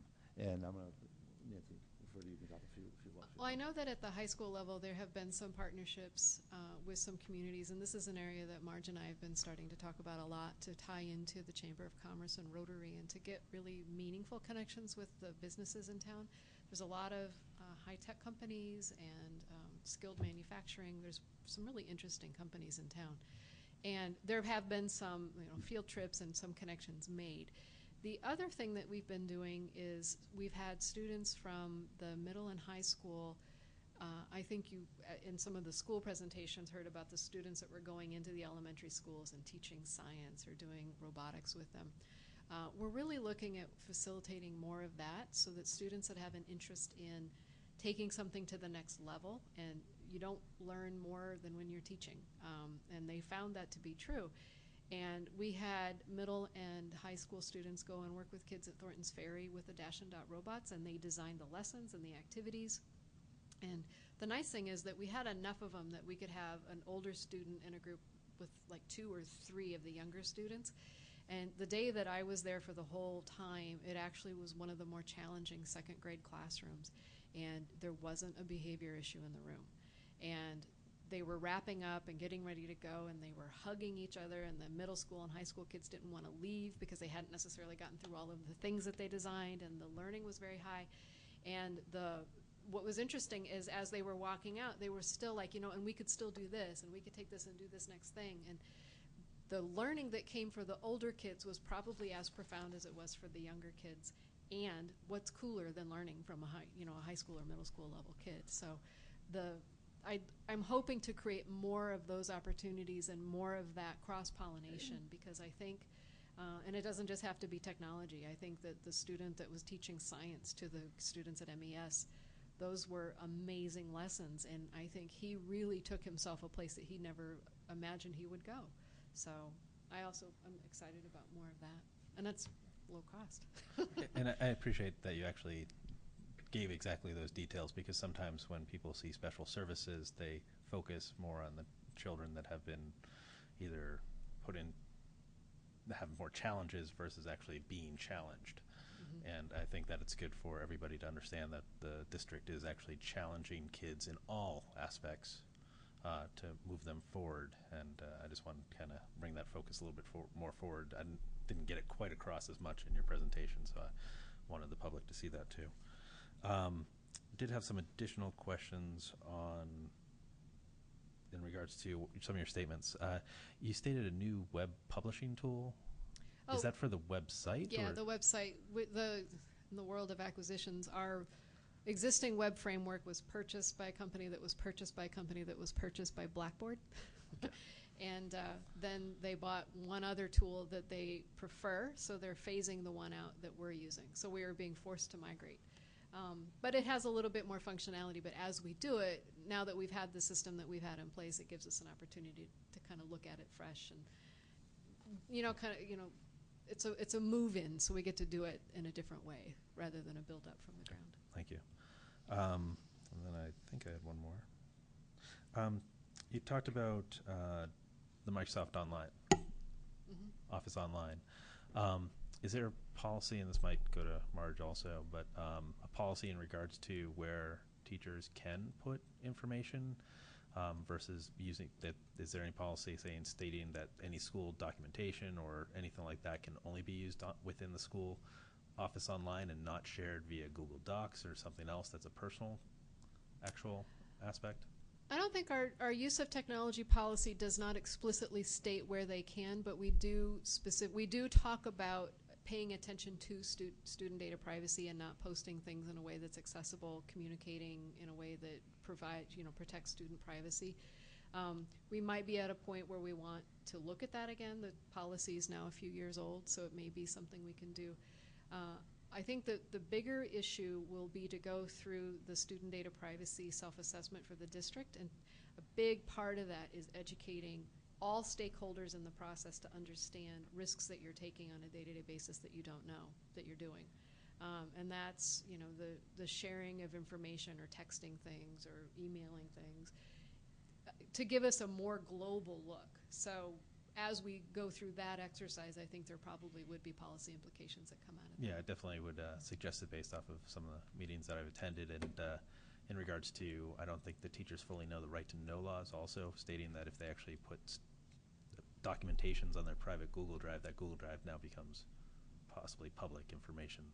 If it's personally identifiable information. No, just like if they put school documents on their own personal Google Drive, if some of that information is trying to be assessed via right to know law, all their information on the Google Drive is now actually public information, so that could be a challenge there. So just a little bit of education. So definitely. Right, and I would want to be cautious that there are very clear rules about what is in the right to know law, because I think it could be alarming for teachers to think that their lesson plans could become, and it has a lot to do with overall education, but exactly, obviously it opens up a yes window to an opportunity. Yeah. So I want to be very careful that we're explicit that the right to know laws are very clearly defined, and we do talk about that when we started using email communication and how to ensure privacy and that student personal information or anything that's private or needs to be protected.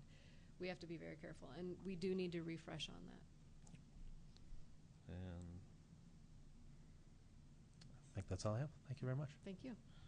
Okay, Naomi, do you have questions or comments of the panel? Yes, thank you. Great. I first wanted to say thank you very much. I can't think of a better presentation to have my first meeting of the board. It was incredibly informative and wonderful to see the things that are being implemented in the district. I just had two questions that weren't covered by my colleagues. Most of the others were. The first one was in regard to the survey. A small point. You mentioned it said 78% have Wi-Fi, have broadband at home, and 22% of respondents don't.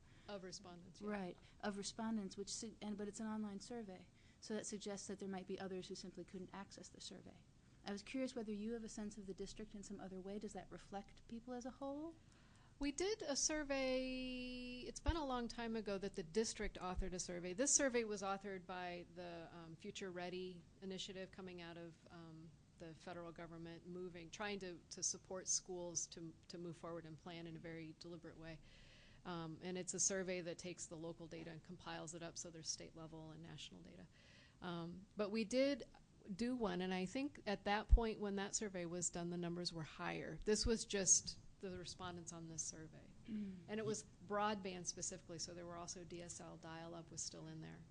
Yeah, and that survey Wi-Fi. was done. In fact, I was just talking to Mark Merrifield about it back in 2010.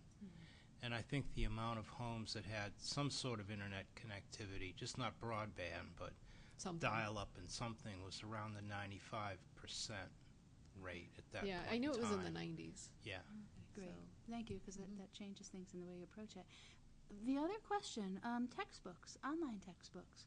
I was curious about some of your perspectives on their points of greatest value and limitation. I know that we very easily step into online texts. I read online texts. I think we all love them. But I've been fascinated over the past few years. There's been an emerging body of research that suggests that we don't absorb information very well from online texts of certain types. You may have encountered this. Other things online texts are incredible for. So I'm really curious if you had a chance to play with where it would be most advantageous and where it would be a problem to implement online texts. I'm going to say that would be a growth area for me. I'd love to hear more. Yeah, I think that I agree. I think that what we found too, and often it becomes a lot with students who have attention issues, students who have visual issues, and motor issues. That tends to be the place mostly we go to an online piece, because with a tablet, with the purchase of a tablet and doing that, you can manipulate it pretty much in multiple ways. You can color it, you can highlight it, you can do a lot of things we used to do for years by hand. And just for pure ease of access and time, we found that that's when we typically go to an online test. There's something to be said for paper, though. And there is. Paper you can take with you a lot of times. It's there.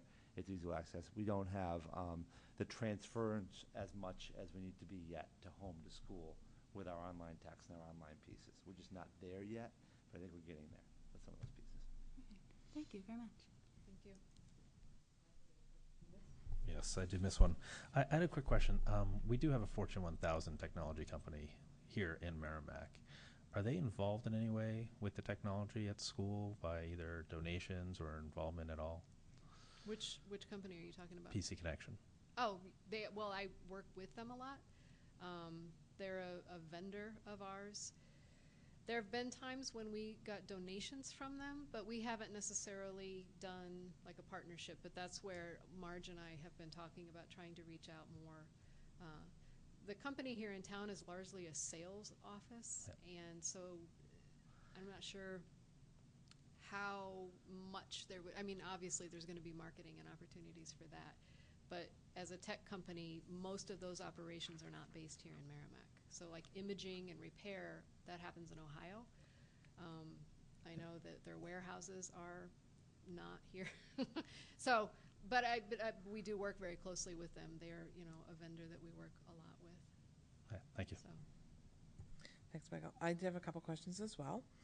And I know you're talking about Schoology, or Schoology. Schoology. I looked it up. That's exactly the way it is. Schoology. Yeah. But I know that the biggest growth that happened through PowerSchool was getting parents online and accessing it. Will they have the same online access already in Schoology through their PowerSchool logons, or will they have to establish separate? So I'm not sure if it would use the same login, because it would be students and staff in the district use their Active Directory, which is their Microsoft Windows login to get into PowerSchool, and then parents have a separate login. Right. I don't know if those transfer. In all honesty, I don't know if the parent login would transfer into Schoology.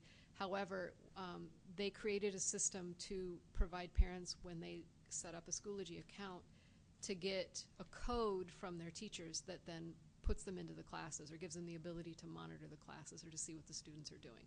Okay.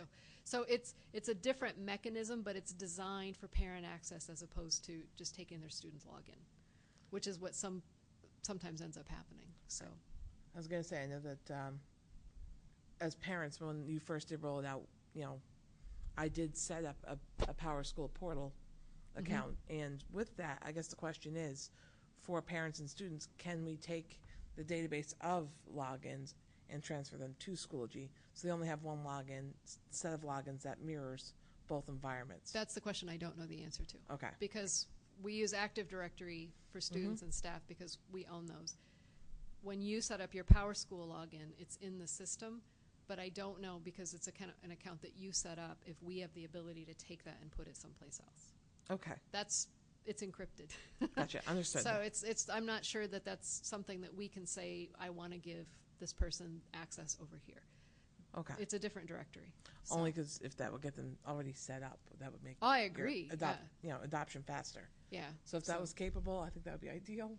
No, but, that would be very good if we can do it, and we will be exploring that. So Just wait a few years when one they'll buy the other. merges with the other one, and then it becomes a singles. yeah, they'll buy them. Yeah, right. You'll even know what Before your kid too had for long. lunch, because that system we brought up too. A couple questions I had about the RTI team. Who's on that?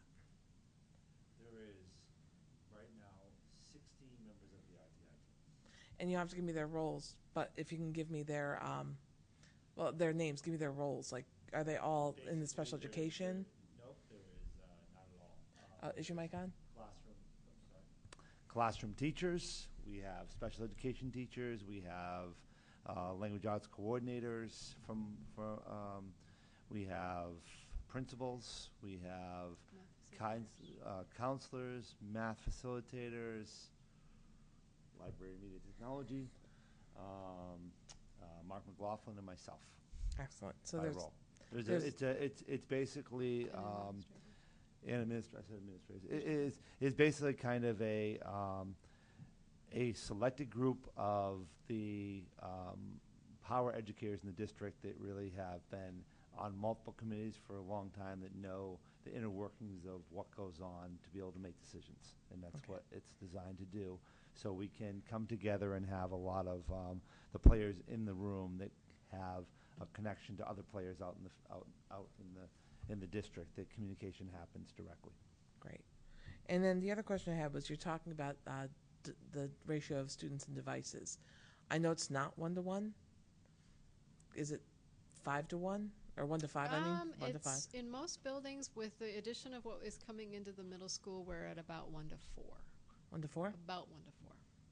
So Not all of them are mobile, but but yeah. So we're bringing the ratios down. excellent. So the goal is to get closer to 1-to-1, but obviously it's not the directive at this point. Right. So that, yeah, and I will say, I mean, one of the reasons that I wanted to be on the RTI team was to get more feedback, and I hear from teachers, they'll plan a lesson wanting to integrate technology, and a lot of times they'll plan a secondary lesson in case they can't get the cart or something happens. And so we are probably at this point not working quite as efficiently as we might for the teachers who want to integrate technology. And I think the other natural divide happens is the ones that don't want to say, oh, well, I might not be able to get the cart, so I won't bother. And those are the kinds of hazards that you have when we're at that point that we are at now, which is it becomes an unlevel playing field for some kids.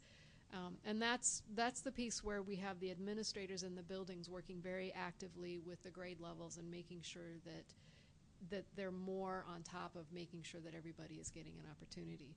But, they're limited resources. There's no doubt about that. Right. So, I mean, based on you've always talked about that, buying technology for technology's sake is not a good investment. No. Buying technology with a purpose and a plan is what you've always done. Mhm. So I guess, and I know the programs that you're talking about over the summer will help to soften teachers to being more excited about technology. Mhm. And integrating into the classroom. And So I building guess confidence too. Yep. Sorry, I didn't mean to interrupt. no, but I think you got to the point. Is there are some that just still aren't adopting it, Mhm. and the unlevel playing field. So is there a goal to log the number of hours each classroom has the technology, so you can see kind of where we may need to identify more education or preparation for them to embrace technology? That's what the administrators and I have been talking about, and this is why we want to do more meaningful, larger. We're working at like grade level teams, so that the entire grade level has an experience where all the classrooms get to participate, as opposed to the one very aggressive fourth grade teacher that always is doing something. So we're trying to do it in that way. And the other thing is then, if your entire grade level is working on something, you're not in isolation, and it makes it a safer way to go. But that exactly is the point that we've been talking about across the district, to make sure that the less comfortable ones are not then avoiding. And so, there are people that will come to it kicking and screaming, but they still will. They need support. They're not unlike a student that needs extra support. And kind of looking at it that way and finding ways for them to have success. So you start with something that can be done where the kids maybe have more of an opportunity to show the teacher. Sometimes that's a way to get started with it. But yeah, that's something that we look at very closely. Excellent. So. Well, those were actually my questions. So, no one, did I miss anyone or any feedback? Anything from administration? There's just going to be more to come. Talk about the parent piece, and we'll hopefully have that for you in August, because we want to initiate in September. Excellent. Well, thank you very much. It was very informative, and really enjoyed what you had to offer. Thank you, guys. And now we're on to item number 5, which is the update, which is another laptop plugging in, so Justin's going to be so excited. Update on summer capital improvement projects with Assistant Superintendent of Business, Matt Chevenel.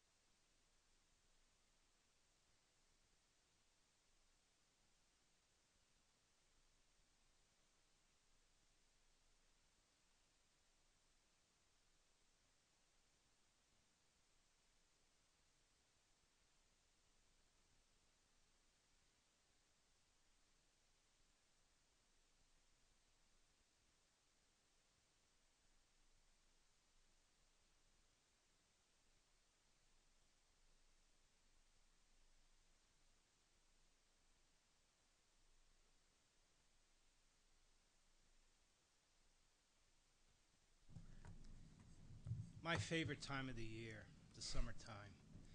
That is the beach that I am not on right now because we're busy with these projects coming on. But it is exciting time for me. The two I'm going to talk about, first is the high school track and then the middle school roof. So the high school track, as you recall, these are the drawings we looked at on the CIP. It was to expand the straightaway to 8 lanes because the NHIA heats run in groups of 8. It was to put up a retaining wall to make that happen because from the bleachers everything kind of gently sloped onto the track, and we couldn't have that when we're adding 2 lanes. Plus it created a situation where sand and gravel would always wash out on the track, and that created problems and issues for the track surface. So that is generally what is happening right now as we speak. Here's some pictures. This is from the closest to the highway side looking east. That would be east. This is the first part of the demolition to cut into that hill. You can see it's all nice and sandy. The one thing that's good about digging around in this location is the subsurface conditions are very, very good as far as digging goes. You very rarely hit a rock or anything like that, so it's really great to work with, and it's excellent drainage properties. There's your beach. There's my beach. So that's the first part of it. Second part is looking towards the highway. You can see there's some trenching going on. There's some drainage getting put in, and we're going to be starting to look at the beginning of the wall area. You can see that little L kind of toward the top of the screen. That's the beginning of the wall that goes the entire length of the bleachers all the way to where the blue concession stand is near the highway. There's 2 sets of stairs, one on this end and then one in the middle that aren't built yet on that particular view. And then here's more of a close-up. Here's the wall showing the return coming back to the bleachers. That wall's going to be 4 blocks high with a capstone. And the shot on my right is a close-up of what these blocks are made of. It's a cast concrete product. It's solid. They weigh around 800 pounds a piece. They fit together like little Lego sets, basically. Big Lego sets. And they're moved around by a piece of machinery. When you go and you look back on this, This is the capstone that's going to be laid on top of that. So once you go 4 courses up, you have the capstone. And on that capstone is going to be anchored in a steel railing to keep probably around 4.5 feet tall. That's going to keep everybody off from falling off of the wall, because we don't want people falling off the wall. We don't want people sitting on the wall. So there's going to be a railing there. And everything in front of the bleachers to that wall is all going to be paved. So all the grass and whatnot that was there beforehand will be taken out. There's kind of a big shot of the wall right now as it stands. We were out there today for around an hour going over some minor details that had to be done, and the wall is basically almost complete. It has to do the return where the concession stand is. That needs to be done. The stairway's done, and then after that, the railing will go on top of that and go down the stairway in the middle and be on both sides and both ends. And that'll all be paved over. So that will give us the opportunity to start on the next part of the project, which would be tearing off the rubberized surface. The parts that we did see that have been coming up during construction, the pavement underneath that is very good. We haven't seen any cracks or anything like that, so that's very, very beneficial as far as we're concerned. The contract itself is broken down basically into 3 different parts. We could have hired a general contractor to take care of everything, but all they do is add their 10% on and kind of manage it for you. So with the help of Steve Keach Nordstrom Associates, his employee, Paul Chisholm, who's a civil engineer and also is a Merrimack High School graduate too, and went to school for his civil engineering degree and has got around a good 10, 15 years experience now. So he's working on the project himself. And what we're going to do is we've hired Continental Paving through our contacts with the town and Steve to come over and do overlay after everything is skimmed off. And then we've also hired Maine Tennyson Track to do the actual surface of the track and paint the lines. So we're looking at probably mid-September before this is available, because after the paving's done, we need to let that set for 2 weeks. And then after the surface is done, then we need to let that set for another week in addition until it's usable. So we've communicated that with the athletic director. He's going to make accommodations if need be as far as the track team goes. But things are coming along very nicely, and you are going to be very pleased when you see the finished product. You're definitely getting your money's worth on this item. The next we have is the middle school roof. When we were first doing the budget, we had a number in there for just around a little over 3/4 of the roof. But when we went out to bid, we bid it for that section, the other section, and then the entire roof as a whole. So what we wound up doing is having enough money in the operating budget, if you recall, when we were going through the default process, to do the entire roof, so you wouldn't have to budget for anything in 17-18 as far as the middle school goes. So it was done within that amount that we had budgeted for 3/4 because of the bidding process that we went through. And currently right now, it's just getting started. It'll be done before school starts by the end of August. The pieces that you see up there are some metal staging that they're putting up on the roof so to keep people from inadvertently tripping and going over. That's the first part of it.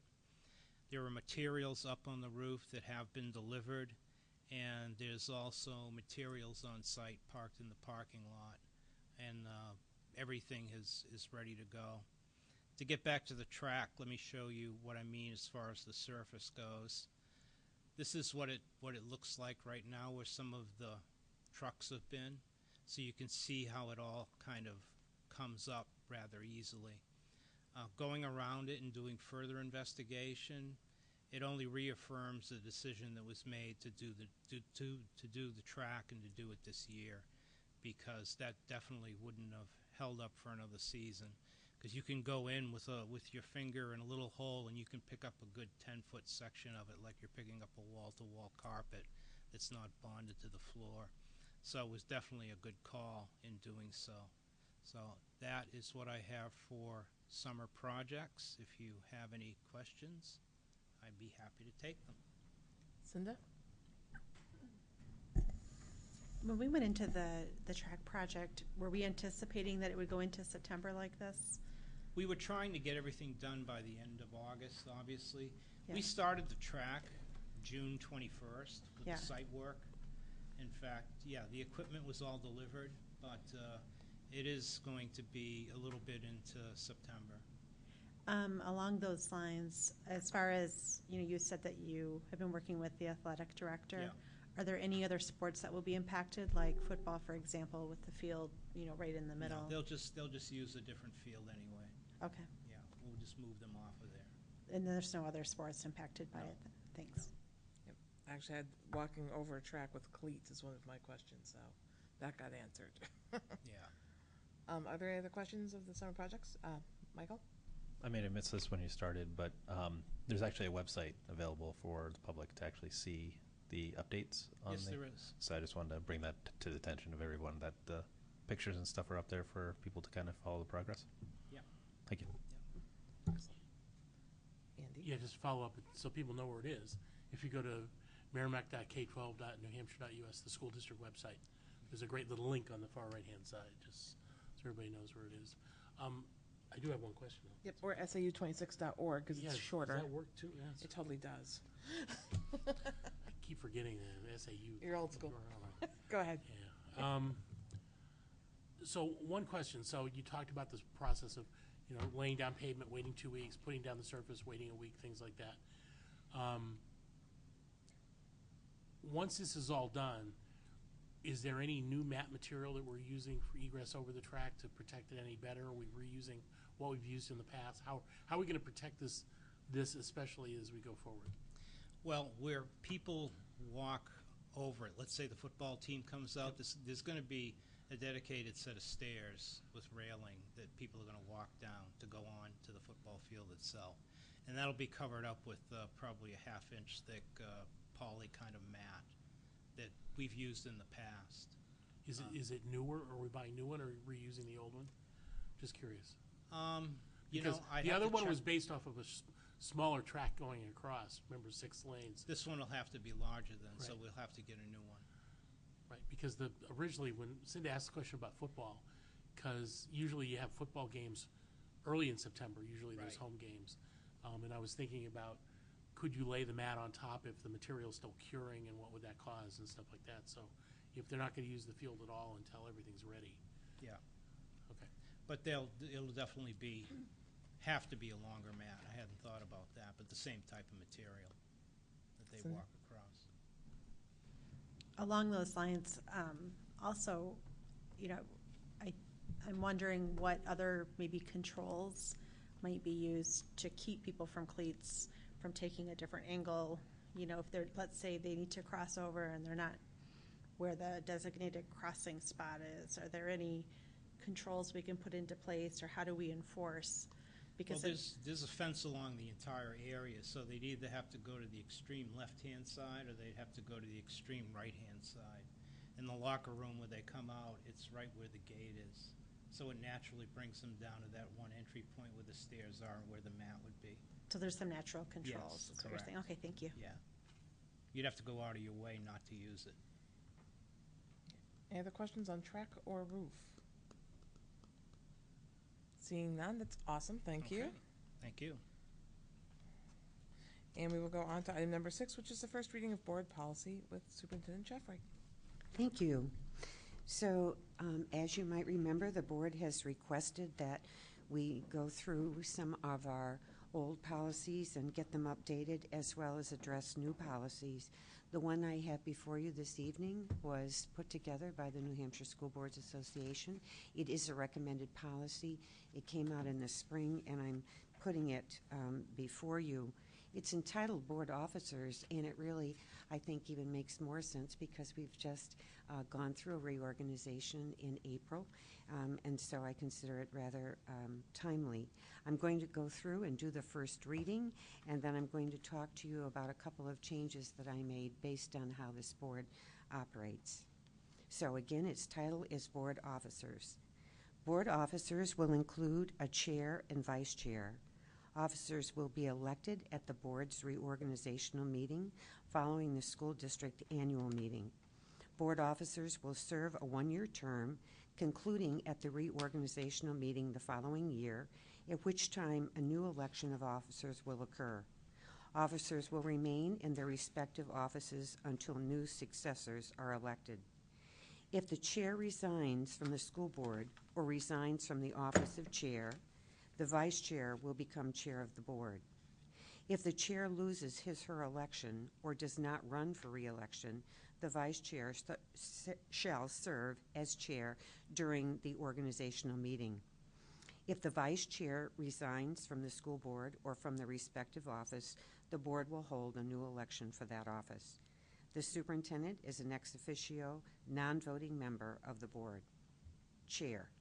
The chair shall preside at all meetings. The chair will have the right to vote on all matters before the board. The chair will consult with the superintendent on the preparation of the agenda for each meeting, shall have authority to sign contracts and other instruments as approved by the board in its name and on its behalf, and shall have such other powers and duties as the board may from time to time determine. Vice chair. The vice chair will have the powers and duties of the chair in his/her absence or for the duration of the disability, and such other powers and duties as the board may from time to time determine. The modifications that I made, I took away person from both chair and vice chair because we have never referred to the chair or vice chair as chairperson and vice chairperson. We have shortened that. And in the New Hampshire School Boards Association policy, they have a position named secretary. The school boards that I have served since 1988 have never had a secretary position. Normally, the superintendent does the board's work. They would say, I need you to write a letter, or the chair will assume that, or the administrative assistant for me will do the work. So I removed that, but I wanted to tell you that because you might want to have such. We just haven't had it in our past. When this policy was updated, I want you to know the sentences that were added in 2016. If you look in the first paragraph, the last sentence was added. Officers will remain in their respective offices until new successors are elected. Apparently, the question came up, and this defines it. Likewise, the second sentence of the second paragraph is also an update, a 2016 update. So you have the most current board officers policy that exists. So I am prepared to put it before you with the idea that it will be brought back to you a second time on August 15th. If you have anything you wish me to investigate between now and then, I would welcome it. And obviously something was going on as I was speaking. There's a bunch of bars at the Yes. I saw nothing. Are there any questions about the new policy? Michael? I just had a point of clarification. So it says in the chair will have the right to vote, but it doesn't say anything about the vice chair having the right to vote. Is that? He's not allowed to vote. I think there has been a question, and I would welcome Shannon to weigh in because perhaps this has been discussed, given that she sits on the New Hampshire School Boards Association board. But there has been a question at respective board meetings about whether the chair ever has the right to vote. But The vice chair has never, to my knowledge, been mentioned. It was always about the chair, whether the I guess chair just for should remain clarification, I would silent. think that it would state that the vice chair would also have the right to vote if it's stated as the chair. Yeah. Yeah, I will say that there's a school in the Lakes region where the chair only votes in the case of a tie, and doesn't weigh in necessarily, just kind of moderates the discussion. So it's very differently done, and I'm not sure I would agree with it, because we're elected to all serve to represent our constituents. But it's definitely something that's done differently in other areas. I was just wondering, just for clarification, I was wondering if we could copy that line and say that the vice chair has the right to vote. That's fine with me. Yeah. Unless it's Andy. I'm joking. Gosh. Cinda? Or the chair will have the right to vote along with all other elected Yeah, members of something the school Or board. flip it the other way, say, as with all board members, the chair has the right to vote. or Yeah, something like that anything Right, to clarify flip it sort of that. like that. Yeah. Because that way it says everybody's on the board's a voting member, and the chair is just one elected member who happens to serve in the role as a chair, essentially. Yes. Yeah. I'm pretty flexible. I'm a team player. No, but honestly, that's something that, even as we discussed, it's a board member, an executive board member that runs that chair role, and it's something that I think is a challenge for her as well, because there are times she feels she wants her position on issues to be recorded, and it's not. So that's also, I find it different, and maybe not the best fit for us, and maybe not the best fit for them. So we'll see how it goes. But if that ever changes, I'll let you guys know. Are there any other questions on the policy? Then we will see it once again in August, and as long as nothing changes, one final time in September before it becomes official. Excellent, thank you. What's next? Testing. We're doing more of our land, soil, and everything else. So, outcome of radon testing at Thorntons Ferry Elementary School with Matt Chevenel. Yeah, thank you. The next three items are kind of follow-up from what we've done before and what we've spoken about before. The first one is radon. When we did our initial testing of Thorntons Ferry Elementary School, we were looking at radon, we were looking at fine particulates, we were looking at a lot of things that could have caused breathing disorders and whatnot, and we discovered that in a couple locations, 3 classrooms, that the radon level was higher than normal. So we went ahead and we did a whole school radon test, and we did that over a 3-day period using the EPA methods with the HVAC system running. And what it came back as, all those areas that were of concern, according to this test, are no longer of concern, and the entire school passed. So, according to the latest test done with the HVAC system running, and not over a weekend when everything is closed up, the entire school passed the radon test.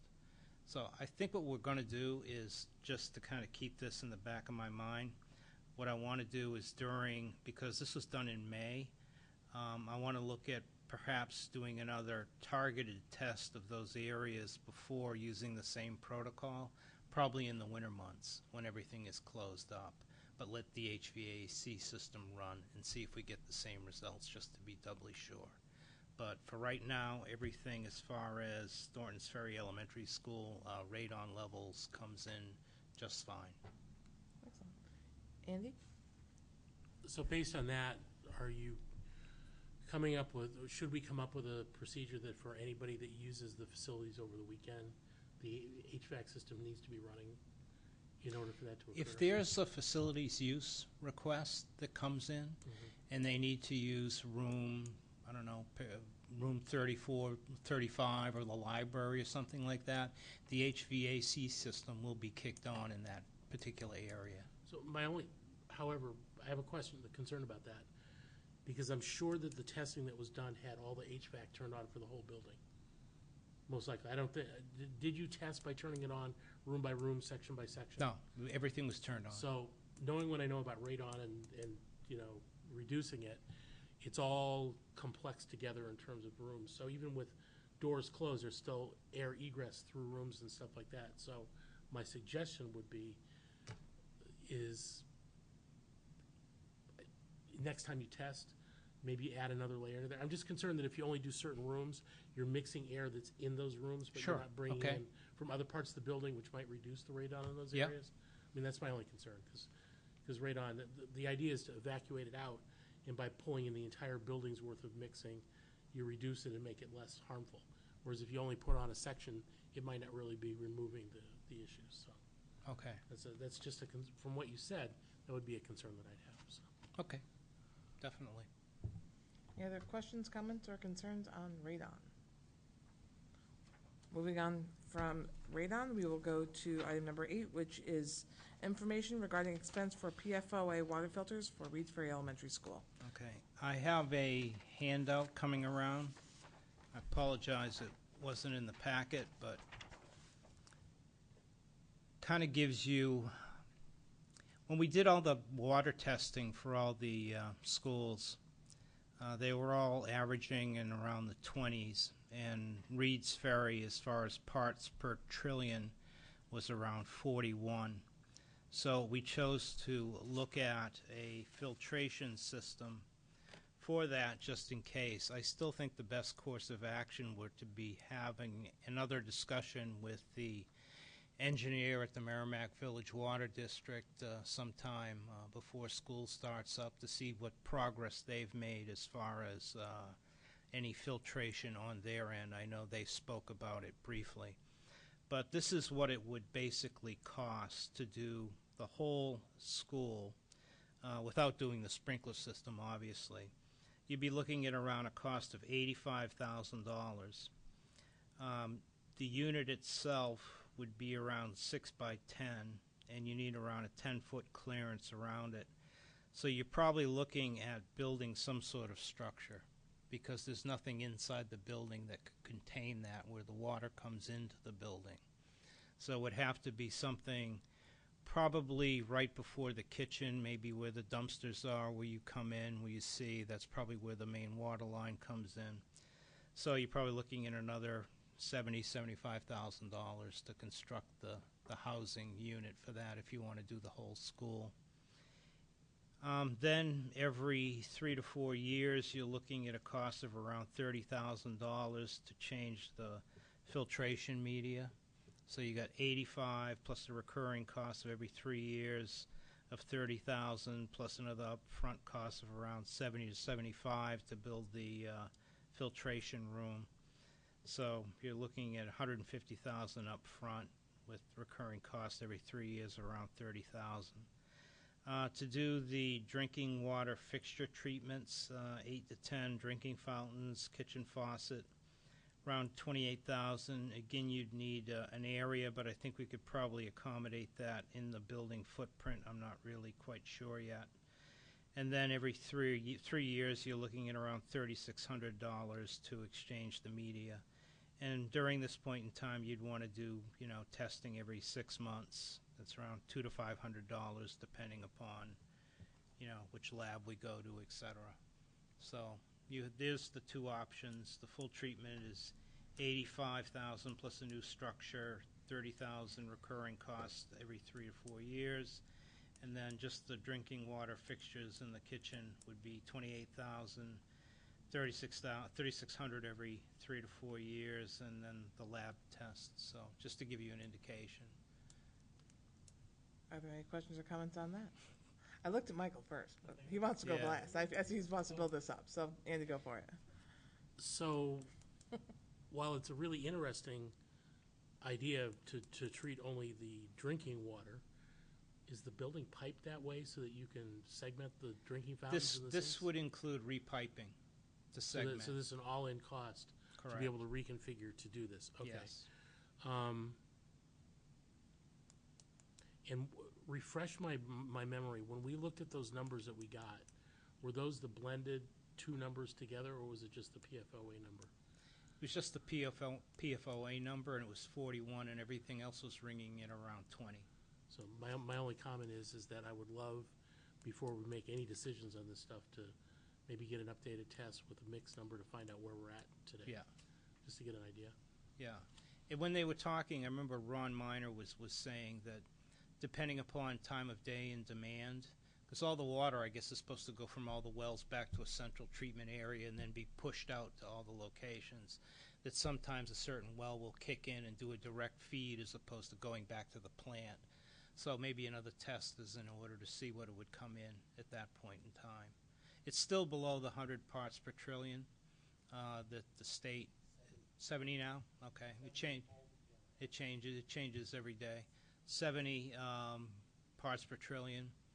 But the thing is, 5 years ago, there wasn't even a test that was available that could do parts per trillion. It was just billion. So old protocol 5-6 years ago, we never would even have picked this up. So, but you know, technology increases, it gets better, and it gets better for a reason, to protect everybody's safety. So we'll probably pull another test. I wouldn't want to make a decision on something like this without hearing the thoughts and expected kind of programs and procedures the MVD would want to put in, or doing another test. So we'll just take this information and file it away for now. Marge? Yeah, I think what Matt is saying is terribly important, because one of the things, we just had no idea of what a cost factor would be at all. And so I think it is incumbent on us asking Ron and the engineer, remember the engineer was terribly important with him too, to find out what is the MVD doing overall, because they're our supplier, as well as we have not brought anyone from DES here, nor have we brought anyone from St. Gobain, because we were trying to just work with our supplier, who is the MVD. So I think we also felt a real need to operate somewhat independently as well, because of the timeliness too. We were somewhat feeling like we needed to take a move, or make a move, to just find out what are we talking about. So when you come to the end of your discussion, I think it would be one of those to find out whether they can come on the 15th of August or September 6th, but either one of those dates I think we should play to, perhaps. One of the things I'd also be interested in is, I guess, the collaboration through the Merrimack Village District that we might be able to do with St. Gobain. I mean, it sounds like they've been very forthright with this stuff, and perhaps they have a good relationship with their insurance company. They might be able to work collaboratively with us and the Merrimack Village District to perhaps maybe reimburse or pay for it. I don't know. I guess you don't know until you ask, but that's at least my line of thinking. Michael? Thank you. Thanks for putting this information together. I want, for, I guess, clarification from the board might be needed at this point. I see that we've only looked at Reed's Ferry, whereas my stance is all schools getting close to zero as possible, because we really do not know. Like, it keeps on going down. It's 400 now, it's 100 now, it's 70. Vermont's 20. You know, so the one number we had that was higher, that's great, but what are we doing for the possible other schools that are, to my thought process, still not adequate for our children within the school district?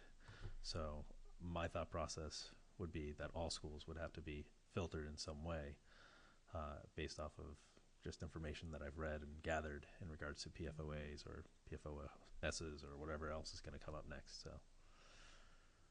So I think then, Mike, and I want Matt to weigh in, I think we then have to look at every building as it's set up, because you can hear that it's also the space in which the device goes and how that space fits. And so at Reed's Ferry, we would have to build a separate structure in order for this to fit. So we would need to look at each one and just figure out structurally what needs to be done. And so right now, our thrust was Reed's Ferry because it had the highest count, obviously, you know. So we would need to know if that is a directive of the board to go and study each dwelling, because each one presents differently. It's got different challenges, for sure. Cinda, was it your hand up? Yeah, Okay, does it so- make sense to do that water testing sooner rather than later? To get kind of a second point of data from all the schools? So it sounds like we'll do another set of water tests for this district as a whole, see what the counts are. Based on, I also believe that the MVD is working with Pennachuck more now to get some influx from them, if I'm Okay. correct. So, but really getting more information on what they're doing and what their updated numbers are. I know that we've been sharing with them. I'm sure they probably have, they've been putting their numbers up on their website as well and updates there. So going to the MVD website will give us some global ideas, but I think we want to keep an eye on our local supplies as well, because they're definitely going to a lot of kids. The other thing I know you mentioned in passing when we were talking was that you did more work at Reed's Ferry as well with soil and did some more research as well. So I was hoping you could just update the board on that if you could. We've been in contact with the state DES with everything we've done as far as PFOAs. We've been sharing information with them. And we ourselves did soil testing of the playground areas, and they all came in under the maximum amount by quite a bit, substantially, as far as the soil conditions. But we hadn't done the fields along Lyons Road, but the state did do the fields along Lyons Road.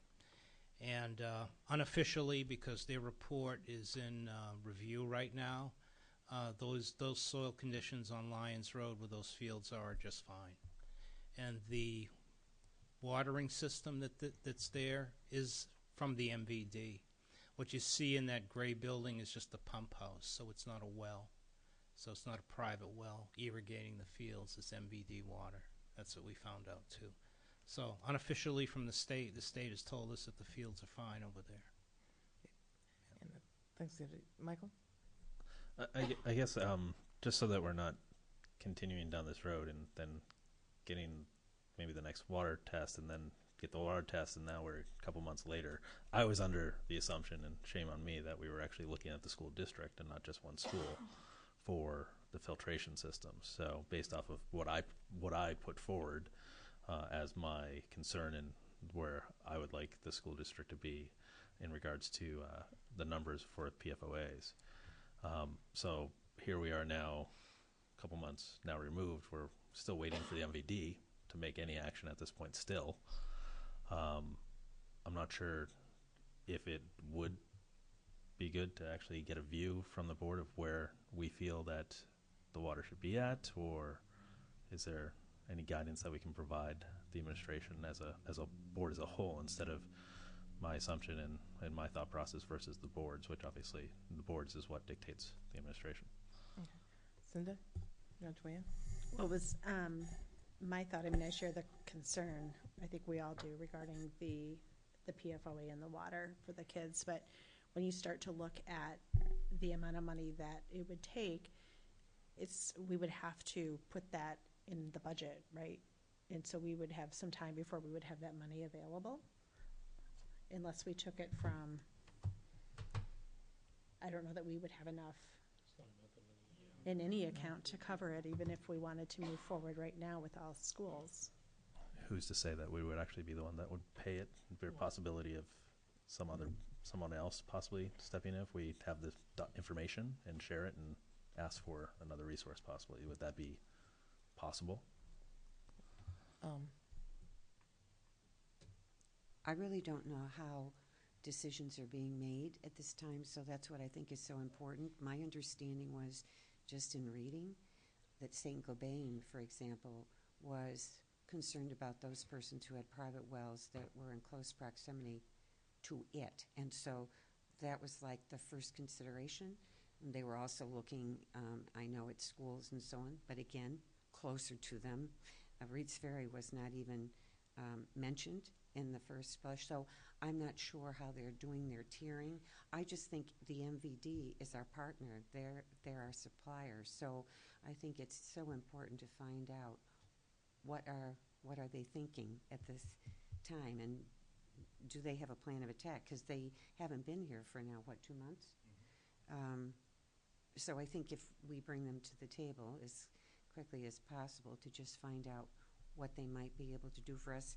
But we were limited in our thinking, Mike. I thought really the focus was Reed's Ferry. To be honest, I just didn't, we had the number, but I think the first thing was, what would it mean for Reed's Ferry if we tried to do something for that particular school, because it was the closest to. So I think not only is it to find out what the MVD is doing, but it is true, at this moment, we don't have enough money, even in our capital reserve, to be able to do anything beyond Reed's Ferry. That would be basically taking that account and just wiping it out, I think, as Matt and I have conferred.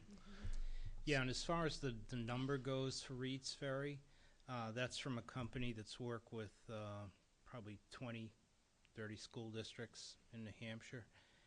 But in order to get a better number, we'd have to spend probably around $3,000 to $4,000 up front to do a peak flow analysis of what it looks like during the school year over a period of time to size the equipment properly, which is something we don't have right now. But this was their best guess as far as what they think it would be based upon past experience. Okay, I know Andy has his hand up, and then Cindy and Michael.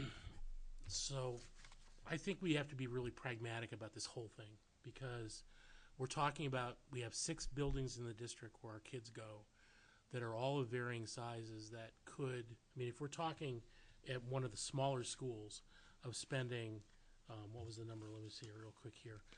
$150,000. Yeah, $150,000 to treat the water to get it to a certain level that we don't know if it's going to be near zero based on this filtering. Multiply that by 6, and I contend it's going to be higher, because the high school I know would be a lot higher than this significantly. I think that for me, and everybody on this table lives with this every day, because we're part of live in the town. There are many individuals who have chosen on their own to filter their whole house because it's felt for them it was correct.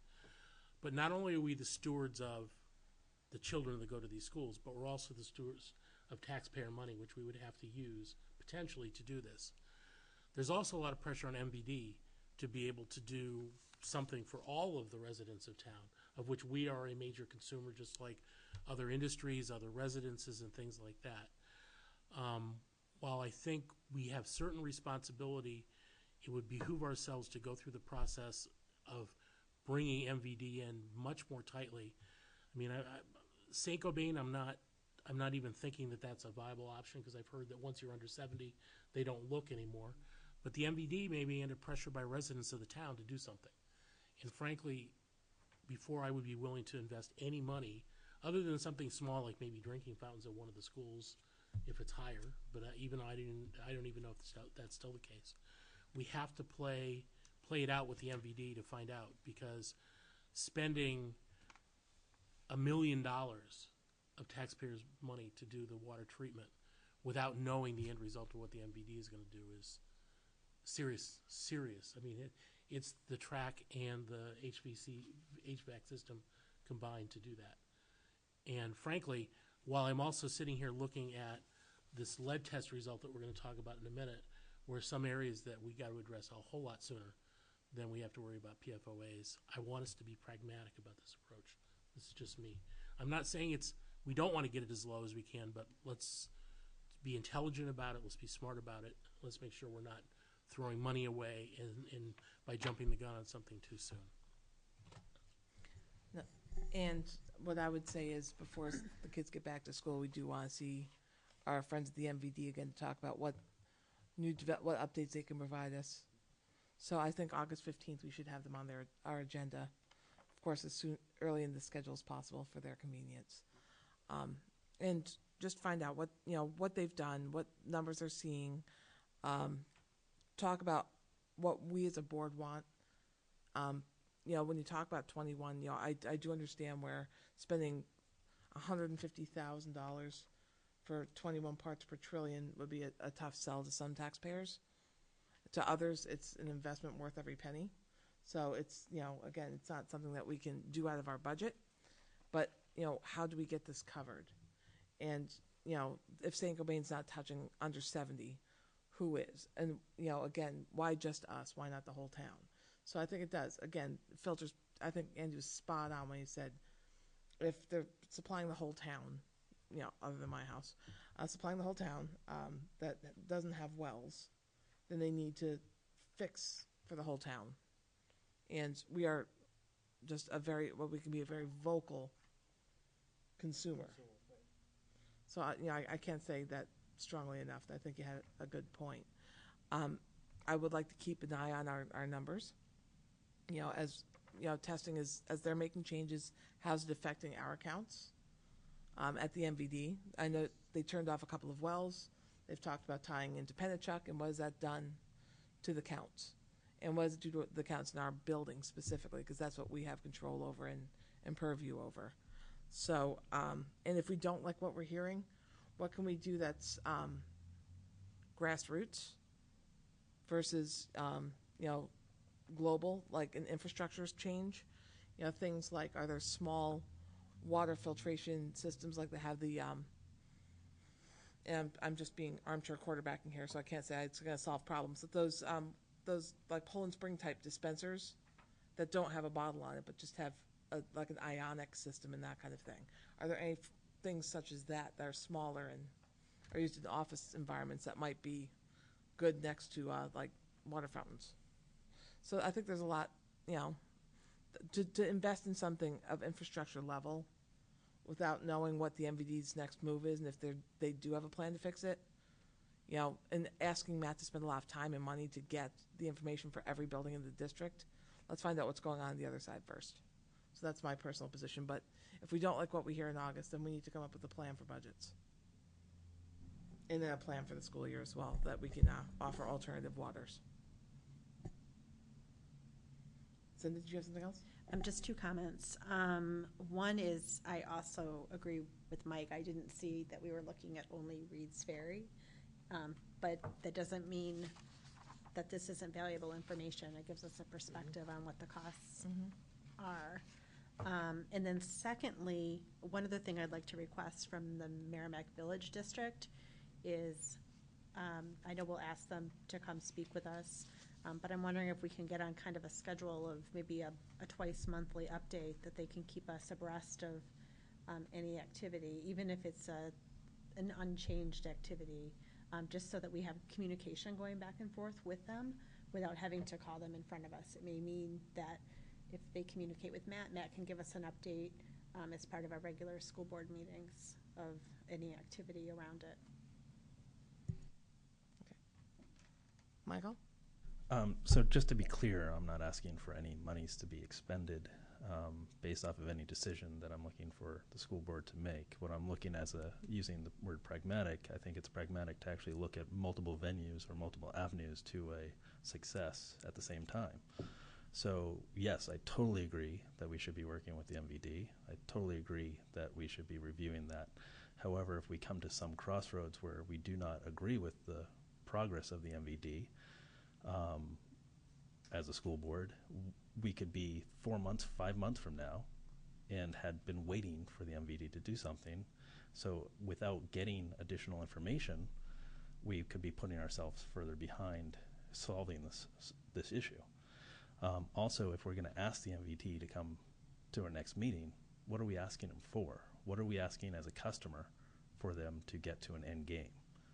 So without actually having any understanding of what the school board would like as an end game, we're still not making progress because we're not saying, hey, yeah, give us an update. Are you doing anything? Well, yeah, we want you at this, or we want you at a certain point. That's what we're looking for as a customer. So I guess there's multiple points. I totally agree that this money is very, very large. Yeah. However, we have to have information in order to provide what we're looking for at the end and ask for something at the end, either whether it be the taxpayers, whether it be the MVD fixing their issue that they have, which I've heard statements that they don't feel it's totally an issue at this point since it's below 70, and then or going to St. Gobain as a third option. But if we have information saying, hey, this is the expense we're looking at, how do we solve it? if we feel as a board that there is an issue. I guess I would counter with the question if they say, well, since it's under 70 or it's under 50, there isn't one. So we don't feel that we're going to spend $1 million to cover your 6 buildings. And we're not doing anything globally because it's under 50. So what would your position, what's the board's position, and not yours, what's the board's position then to say, well, ours is, say, looming at 40, and that's more than we like. Then what do we do as a board if we're talking about $1 million in infrastructure, and then, you know, you're talking, say, $500,000 every 3 years to maintain it? So what's the end game? What's the plan? And again, let's say they buy the filtration systems. Do they buy the maintenance? Do they buy, you know, the $500,000 every 3 years we're going to pay to update the media? I mean, that's the question. Because once we take on infrastructure, we take on responsibility to maintain it. Even if they pay for it up front, it may be on us to maintain it. I just think that we're getting, I understand all those questions. Those questions would have to be answered. But without information, we have no discussion to be had at this point. Andy? I agree with Michael to a point that we need more information here. But I think the information we got last time from the MVD was not complete enough. I think that if we're going to request somebody from the MVD to be here, I would like somebody from the board, chair from the board potentially, to be there, because you had an employee of the district talking about what he knows about so far. You had the engineer that the district uses talk about it. What we were missing is other voices that are driving their direction, other voices that are driving what they're going to approach. And I think having a member of their board that can speak to how the district is going to behave, being sort of directed by the ratepayers, how it's going to be. Because I don't think that I'm prepared tonight to give you a number of where I think a bogey figure would be. I mean, I'm looking at lead levels here and looking at a guideline that's here and how close some of our stuff is, which scares me a whole lot more than PFOAs and water does, frankly, that I think we have much more immediate control over. There's still a lot of discussion about it. There's other aspects to the water. I mean, this is a bit of a slippery slope because I'm seeing evidence now of people that put these pre-filters in their water, their town water, and are finding sediment in the water that nobody knew existed. So the question then becomes, do we in the town district need to worry about sediment that's in the water as well as the PFOAs? So that's why I'd really want to put the pressure on our provider to look at the quality of the water that we're receiving before we really look at this. And frankly, I mean, look at it holistically in terms of what we need to do. Because frankly, I think the fastest we could ever turn a knob on this is decide as a board of what we want to do and put it out as a warrant article for voters in April. I have no idea if we can do anything of that volume sooner than that. So I guess the question is, can we not only have Ron Minor and their engineer, but you're looking at, I think Lom Woods is still their chair, correct? Yeah, could be long. I think last I knew it was Lom Woods. Because, you know, that's the other thing I think I'm glad you brought that up because it's something we just didn't even address. But they're just as our administration is, you know, works on our behalf, they work on their board's behalf, who we elect as well. So thank you. You definitely put the bow on that. So what we can do is look at August 15th. We can ask what steps have been taken, what moves they've made to improve the quality of water. They can give data on that. If they can get updated numbers of different wells. And then, of course, Matt, would it be unrealistic? And I think you're going to say yes, for us to have our tests back in time for our August 15th meeting, if we want to do another round of water tests. Yeah, we could, you have to order the kits. It would probably be a little bit of a tight squeeze because the labs are backed up. I expected. Extremely heavily right now. So probably looking at least probably 4 weeks out. Okay. I already sent Tom an email while I was sitting here. Order up some more kits. So. Okay. Just a quick question. The lab that we're using, which one are we? We go through RPF, they're an environmental services, and the lab that they use is down in Connecticut. Okay, so not the one Not the one in Colorado that offers the quick turnaround for a premium then doesn't deliver, no. Yeah, you're looking at just about 4 weeks, so so we can hope for the best, but don't expect the best. So based on that, we will, what I will ask is if there are questions of the board for those at the MVD prior to our meeting, that they be provided to the superintendent and me, and we will get them compiled and put together and sent over. And that way they have time to prepare their answers and know what we want.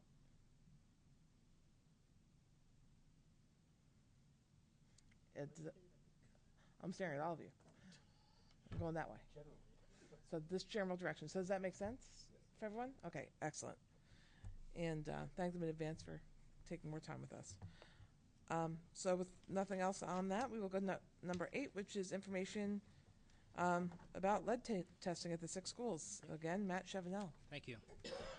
You see before you a report from RPF that did lead testing in all of our school buildings. They found 4 areas that are concerned. Actually, when I look at this, I'm looking at probably around 6 or 7 areas that we did actually kind of take offline when we got this report, because they were close to the 0.014 milligrams per, I don't even know what that is anymore, liters or something like that. Liters? Okay, good. Thank you. Milligrams per liters, yes. And so what we did is we took those offline immediately. We talked to each principal in the school, and we cleaned out the aerators and whatnot, and we took another sample, and we're going to send those back to the company. If not, the next step would be to replace the actual fixture, because it could be an old fixture or something like that we haven't replaced in the past. We go down that route, and then if that doesn't solve the problem, then it's got to be from the connections from the main water supply line to the fixture. So it's kind of a 3-pronged process, and we hope to get this done and taken care of before September rolls around. So all in all, everything else looked pretty good. It was just surprising that to have 4 areas and probably 6 or 7 that we're looking at in a targeted location that have a higher concentration of lead in the water than is recommended. So the memo from the state DES and the follow-up through the Department of Ed that it was recommended that we do this, I'm glad we actually took the recommendation, went ahead and did it. So it's something we can correct. So you said that, so obviously the number from the state is 0.015 milligrams per liter. But you said that you saw more areas. What did you use as your threshold? Well, anything with a 0.01, so something in front of it. Okay. Yeah. So anything under 1.01, whatever it is. Yes. Right. Of which most, and I agree that there are only a couple of hotspots. The concern is when you see most of them that are 0.016, and then you see one that comes up at 2. Yes. I hope that you have barbed wire on that. Yes. Yeah. Sinking. No. No, that's not a typo. You go back and look at the data; it's real. Yeah. So. Yeah, that is kind of chilling when you look at it. So it has to be something with the fixture in there. This is interesting to me only because when I started working years and years ago, I dealt with water fountains and facilities that still had lead in it. And if you were the first person to get a drink in the morning, you could literally taste the lead that was in the water. So it was like creepy. So this is something we're just going to go ahead and fix, and we'll give you the end result when we're done. Okay. Michael? Actually, Andy actually asked the same question. I just appreciate you going below the level a little bit and fixing that. So good job. Thank you. Excellent. Okay. So we got lead, water, we got everything. So no dirt tonight, no pipelines. So we'll take what we can get. And now we're on to housekeeping at 10 o'clock at night. Good times. So I am on to item number 11, which is the approval of the number 10. Oh, you know, we should probably talk about that. Number 10 is proposed composition for the Communications Committee. Marge, Thank you. good one. So, the board has expressed a very serious interest and commitment to have a communications committee in place for our future. Number one, I believe your first goal is to really improve communication among teachers, parents, and students for advocacy, and then also to highlight what we as a district are doing in a meaningful way. So what I'm attempting to do is to get us started right off the bat of the new school year. And so you can see that tonight what I put before you is roles of persons that I think might serve this task. And the total number of this particular committee would be 16. It's more about, one could say, well, that seems to be a very large committee, but I have said this because everybody, I think, will be doing perhaps a different task in service of the whole. And I think in order for us to accomplish what needs to be accomplished, we need more than less. So I'm anxious to ask you, and this will come back to you on August 15th, but number one, do you agree with the roles that are so named? And secondarily, I'm interested in the process that you might think we should use for naming the parents and or a community person at large to serve. And you will also note that I did have a discussion with Nancy Rose, the Director of Technology, Library, Media, to serve as the chair of this committee, because I think some of what we want to do really has to do with using the media in a much better way, and she, as you know, is a master of that. So is it proper to get just some initial feedback with the idea that this will come back to you on the 15th to just give you more time to think? Cinda. Thanks for putting this together. My initial feedback is that I feel it's a little lighter on the parent composition.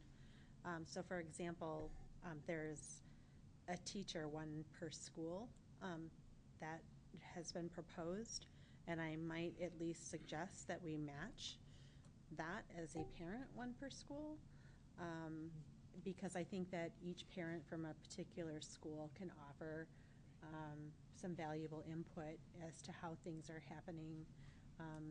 For example, you know, the elementary school parent, you've got two sets. You've got parents from the upper elementary, and you've got some from a variety of the other schools, and each of the parents' experiences may be different as they transition, let's say, from the 3 elementary schools into the upper elementary. So that would be my first thought, is that there's representation from parents from all of the schools. The other, and perhaps even a parent from the district parents group. But as far as the process of maybe selecting those parents, just my initial preliminary thoughts might be that we could go to the respective parent-teacher groups and at each school and see if we can recruit and under the leadership of those of those groups. So that's an initial thought. Secondly, one other just food for thought was really on just how we might distribute the teachers or the representation of the teachers. So for example, there's different initiatives that happen throughout the school district. So you might have maybe one teacher that's from band to give a different or like a music related teacher, another one maybe that can represent health, where there's sports activities and communication. But I don't know that it needs to be that firm, but just the thought that there's a cross-section of a curriculum and disciplines that might represent the teachers and administrators, et cetera, that are on the group.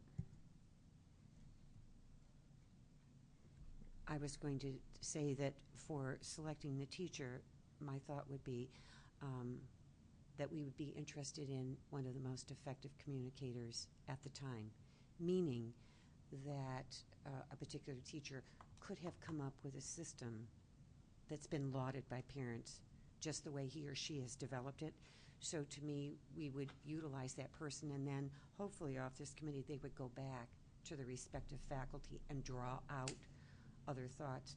But to me, it was to try and get to the topic as quickly as possible, and we have some, what I would call very effective communicators in each building. No, that makes sense, yeah. And then as far as Nancy Rose being the chair, I fully support that. I think she's an outstanding asset to this district, and I've seen her lead meetings where she's filled in for Mark. I think she does an outstanding job.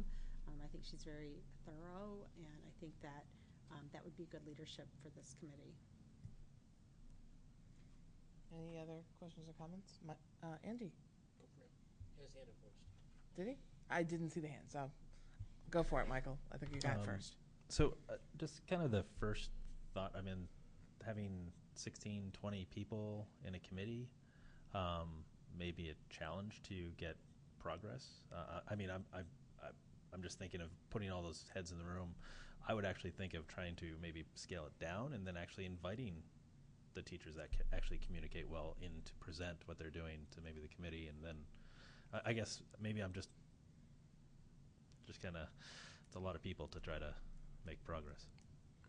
And my only response back is, in conferring with Nancy about doing this and so on, she welcomed that number, because what she's going to do is similar to what you heard her talk about tonight with grouping.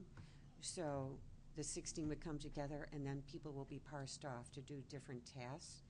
So if you think of it, it could be 4 groups of 4. Yeah. It could be whatever.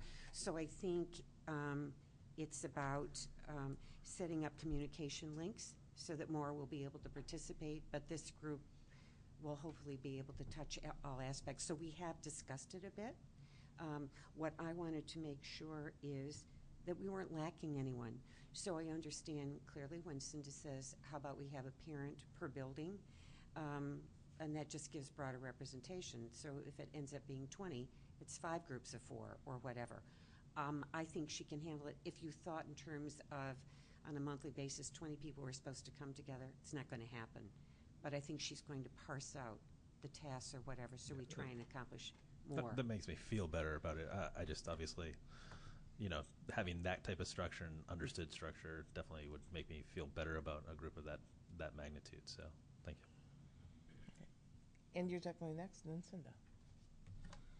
So one of the things that's missing from this list is somebody with experience of actually tackling communication out to the community in the digital age. And when I think of that in Merrimack, I immediately go to the police department, which I think does a really good job of communicating things through Twitter, through Facebook, through other sources like that. So my recommendation would be, at some point in the process, either if it's from the beginning or at some point, that we bring the person from the police department that's in charge of sort of social media into it.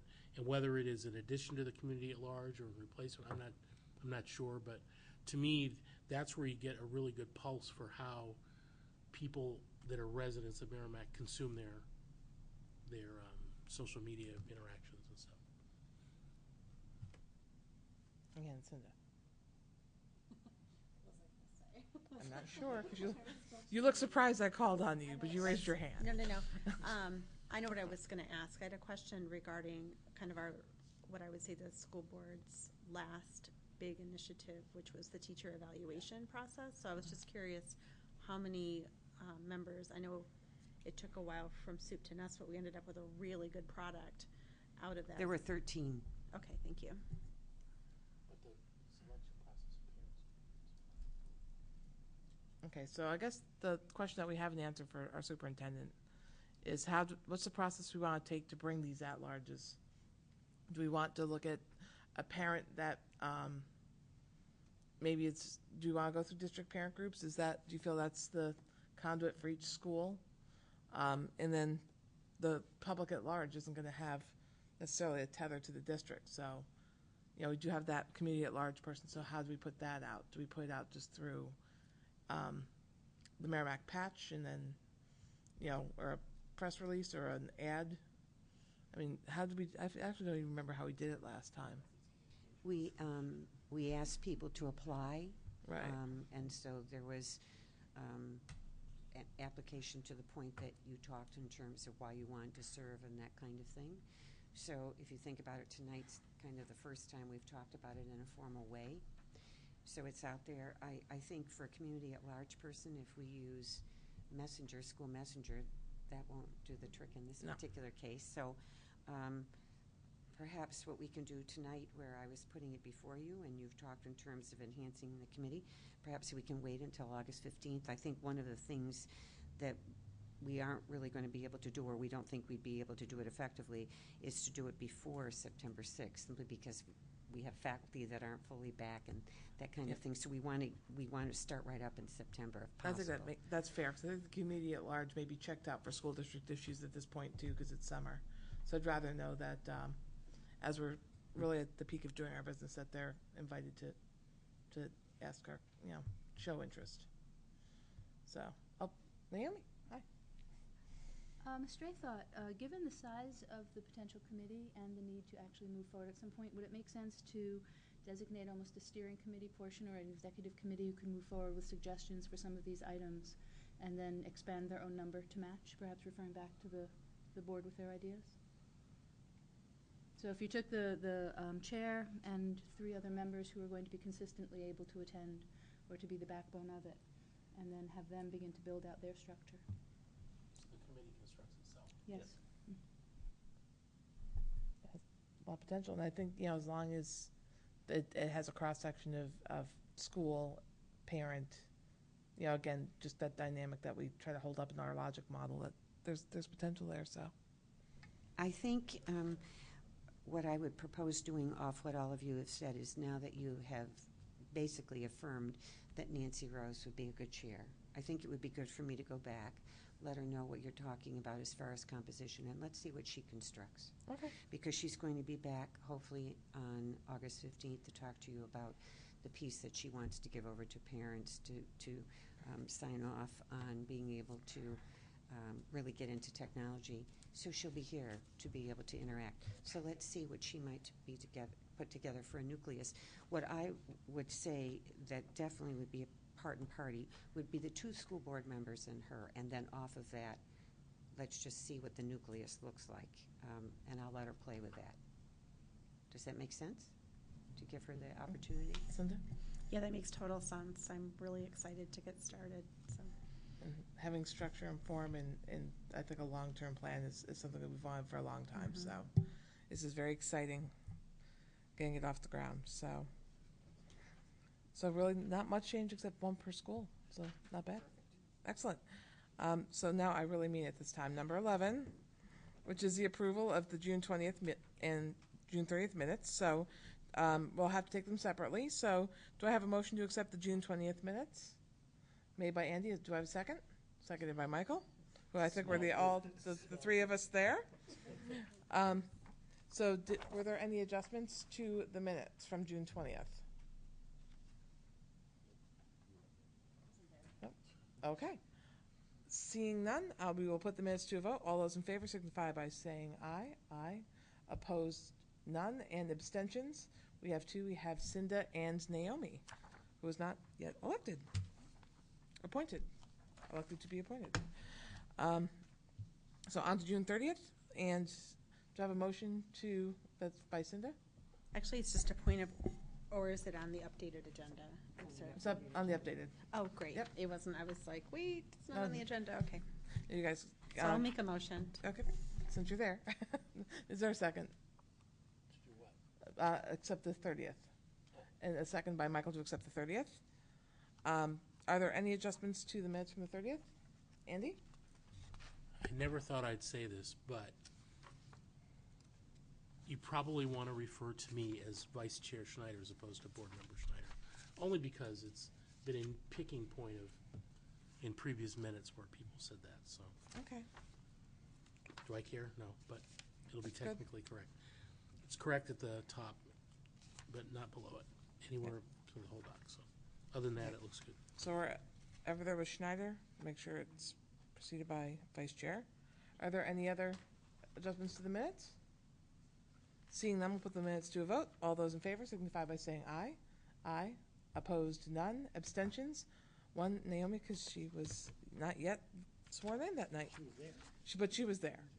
So we're on to item number 12, which is consent agenda, Marge, which sounds so weird saying that. But Mark is on vacation, so. Correct. So for tonight, for your consideration, we have the following teacher nominations. Keith Bike, special education teacher at Merrimack Middle School. Nicole Delani, special education teacher at Merrimack Middle School. Adam Jonasinski, English teacher, Merrimack High School. Erin McLean, special education teacher, Mastrocola Upper Elementary School. Jacqueline Mathis, special education teacher at Mastrocola Upper Elementary School. Katie Pina, grade 2 teacher, Mastrocola Elementary School. And Erin Woods, math teacher, Merrimack High School. Do I have a motion? Cinda, I move that we accept the consent agenda as presented. do I have a second? Seconded by Andy. All those in favor signify by saying aye. Aye. Opposed, none. The motion carries 5-0-0. Thank you. Our first 5-0-0 of the night. This is very exciting. And now we're on to item number 13, other. Was there any correspondence to come before the board? Seeing none. Are there any comments from the board? Seeing none. On to item number 14, new business. Is there any new business to come before the board? Marge? Could I just ask or share with you, I want to highlight the board meeting in September.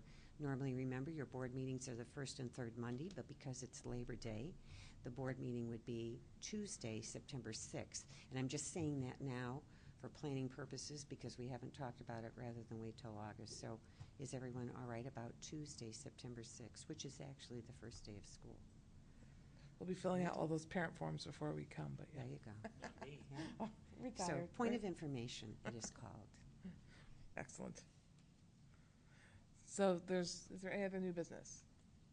Seeing none, 15 committee reports. Are there any committee reports from the board? It's summer, it's usually not a flurry. And so seeing none, we will go to item number 16, which is public comments on agenda items. We are in an empty room, so we will close public comments. And we will take a moment to sign the manifest, and I will entertain a motion to adjourn. Really want to stay all night? Okay.